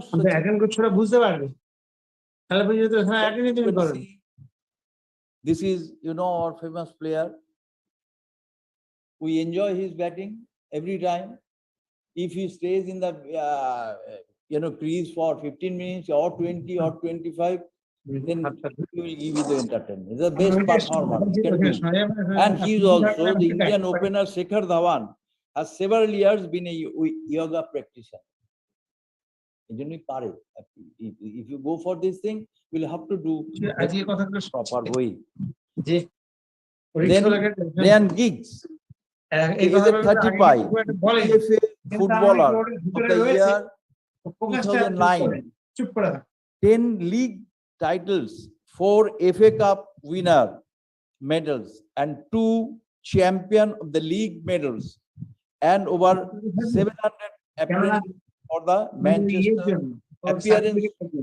Manchester United. He appeared 700 times for the Manchester United. And Manchester United, you know, is also a very good performer in football. So he's of that. He says, yoga has helped me prolong his career for the past 5 years. It takes part of your body that you just don't use in football. The first time I did it about 5 years ago, I was completely naked and I went home from the training ground and slept for 3 hours. They are feeling what they are getting. They are the famous player. And then you see, this is the famous sports person practicing yoga. The Britain's #1 tennis player regularly practice Bikram, that is hot yoga.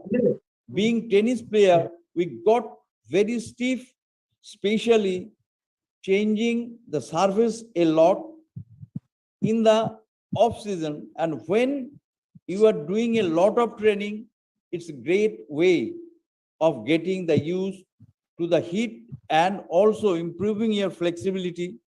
When you are just stretching after matches, you are just maintaining your flexibility, but it improves a lot. Eta Andy Marriott বক্তব্য. David Duval, the yoga gives me the greater range of motion in the hip and shoulder joint, which generates extra power and distance.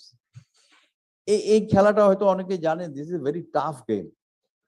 এটার mental work অনেক বেশি, এটা যতটা physical না লাগে mental.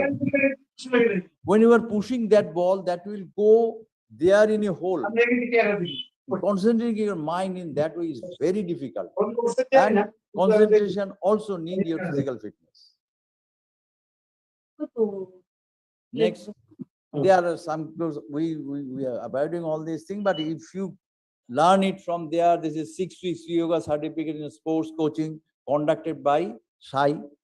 Then diploma sports coaching in yoga conducted by Sai. Then presently in different sports institutions conducting the sports performance enhanced related yoga course time to time. Here I can point it out. In our institution, we are doing the MA and MSc course in yoga.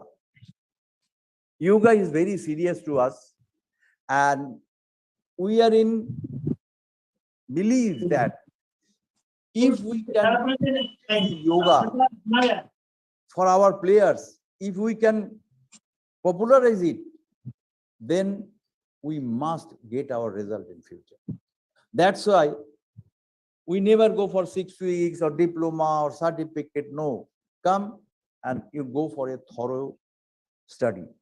That will give us, and our institution will lead India, I'm telling you, if you can do it for another 10 years. And then I'm sure.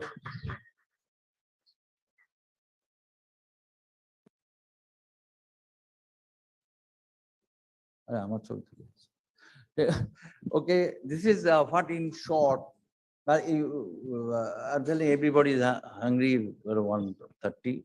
So you, anytime, you know, for yoga, we can talk a lot because we don't know. Regularly, we are getting some information you should do. So this will be the pioneer institution that show it scientifically that yoga improves our physical strengthening and everything. Thank you very much for your patience hearing. I believe that's the end. Thank you.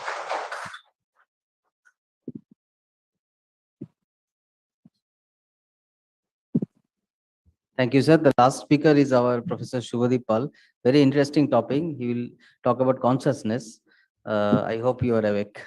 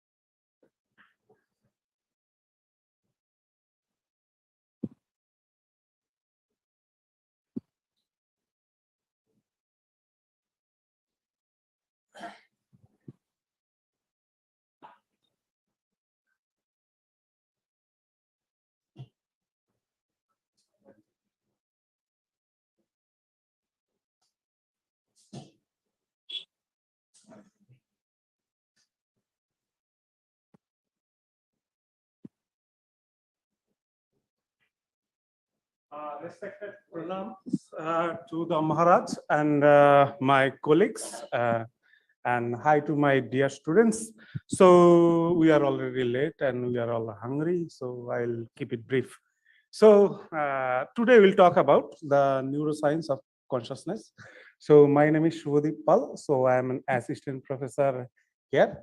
So my background is physics and then I shifted to neuroscience. I do basically computational and mathematical modeling of human brain. So I'm not an expert on yoga or anything. So I will talk about how how we think about consciousness in the context of neuroscience.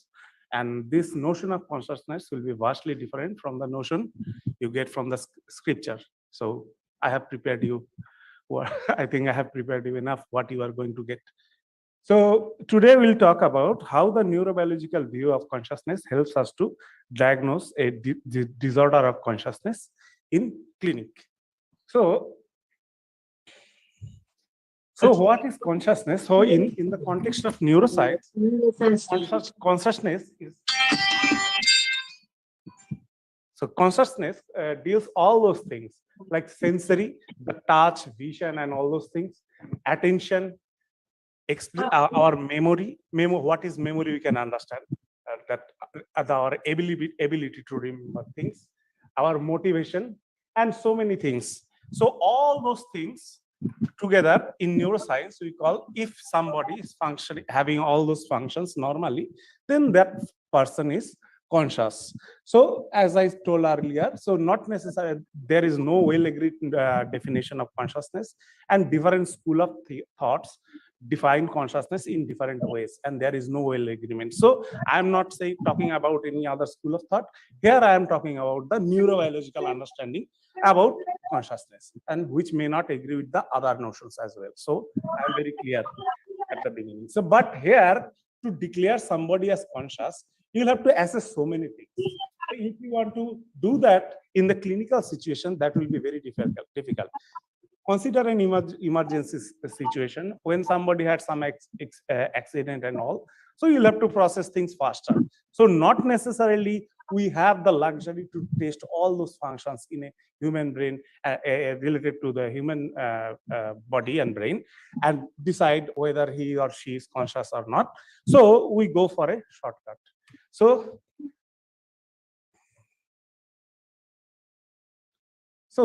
roughly in that context, that consciousness is composed of two components. One is wakefulness and another is awareness. So what is wakefulness? So we can use real approach, like see whether the person's eyes are closed or not. But I can be awake, my eyes could be closed. So that is the simplest way to make decision regarding my wakefulness would not be correct. So more objective approach would be to do an EEG. So how the EEG wave looks in a wakeful state. So if my EEG wave looks like that, then you may more objectively conclude that I am awake. So assessing, but the another component of consciousness, so that awareness is much more important than assessing wakefulness. So when we try to assess the awareness, when we try to understand whether the person is aware or not, we follow a command following approach. So we give some command, squeeze my hand, whether you can see me, how many fingers are there, and all those things. So this very simplified approach approaches are used in the context of clinic when we try to understand when somebody has some kind of head trauma or some kind of thing, or exposure to chemical or something, special chemicals or something. So we follow these simple methods to have understanding whether what is the level of consciousness in that person. Oh, okay. So as per the neurobiological view of consciousness, so our brain is the main thing. So it is the seat of consciousness, and this notion may not agree with the other notion of consciousness, but human brain is a complex information processing system. So we barely know how it works. Right now we are scratching at the surface and trying to generate more and more understanding how our brain works. So the ultimate goal of neuroscience is to, so we know about neuron, those are cells. So there are other type of cells also. So they come together and produce some circuit, and that circuit helps us to behave. So ultimate goal, so this is a very rough way of speaking, but ultimate aim is to understand from the molecules, from the gene level, neuron level, how our mind emerges, how our behavior emerges. So all those things are not clearly understood. Very roughly at this point, we can talk about this. That's why it is called the unexplored area of science, the frontier area of science. And some people even say it is the last frontier of science. So we have better understanding regarding our body part, but regarding brain, our understanding is comparatively very, very poor. So here you can see the topmost part of the brain. Okay, so I have used different color to specify the function. Some blue colors that you can say somatosensory regions, so those regions help us to appreciate the touch and all those things. So red colored area, those are called default mode area. So these are known to get affected in Alzheimer's disease and all those things. So these are the part of our cortex. So how we can define these areas? So for each area, so there is best brain function. So how do we measure? We use EEG or fMRI, we get activity. So the temporal variation, the way the activity changes with time. So if you are within the same colored regions, so activities are similar. So very roughly speaking, of course. And here, and I'm mentioning this because I will use this notion to define the neural basis of consciousness. So then this is the top part of the brain, which is called cerebral cortex. And now you have the bottom part of the brain. So there are many areas all like that. So we need good functioning or good integrity of these brain regions. So if they are well integrated and functioning properly, then our consciousness is maintained. If those kind of organization or tightly working configuration of those brain breaks down, then what happens? Our consciousness gets impaired. So as we have mentioned that we are mainly interested about the disorders of consciousness. So you have coma, vegetative state, and minimally conscious state. In coma, there is no sign of wakefulness and awareness. In vegetative state, you are awake, but there is no sign of awareness. And minimally conscious state, like you are awake, but the signs of awareness are not consistent. So there are standard ways, bedside processes to decide after a traumatic accident or something, which state you are, whether you have coma, vegetative state, and minimally conscious state. But the thing is that always those classifications are not error-free, because here mainly we ask the question to person, can you follow my command? Sometimes what happens, they can hear you, but they have lost their all ability to make you understand that they can hear you and respond. So in that case, probably we'll say the person is in vegetative state or minimally conscious state. So for that,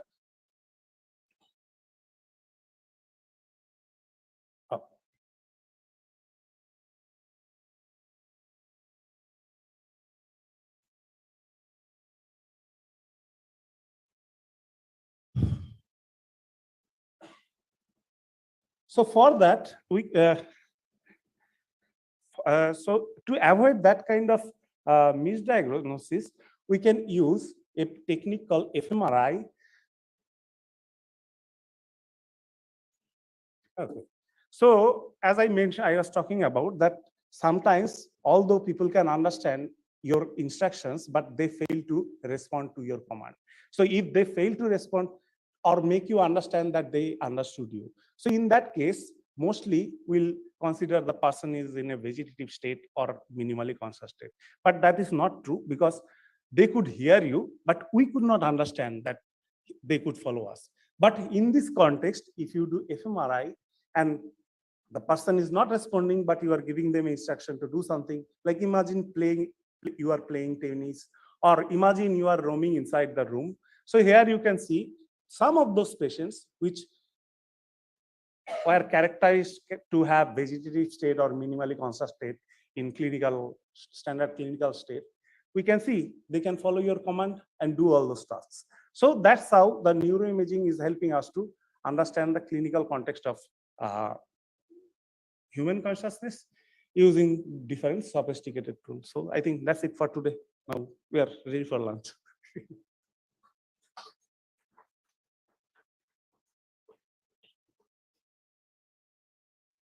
Okay, so thank you very much. Thank you to all the participants, all professors for their nice deliberations, and thanks to our revered Pro Chancellor Maharaj, Vice Chancellor Maharaj, and the chief guest. Now we have come to the formal end of this program. I request all participants to proceed outside for the group photo, that is at the end of behind the Pragya Bhavan, for a quick group photo, and then you can take your certificate of participation and proceed towards the Annapurna mess. Thank you once again. This was a grand success, the whole program.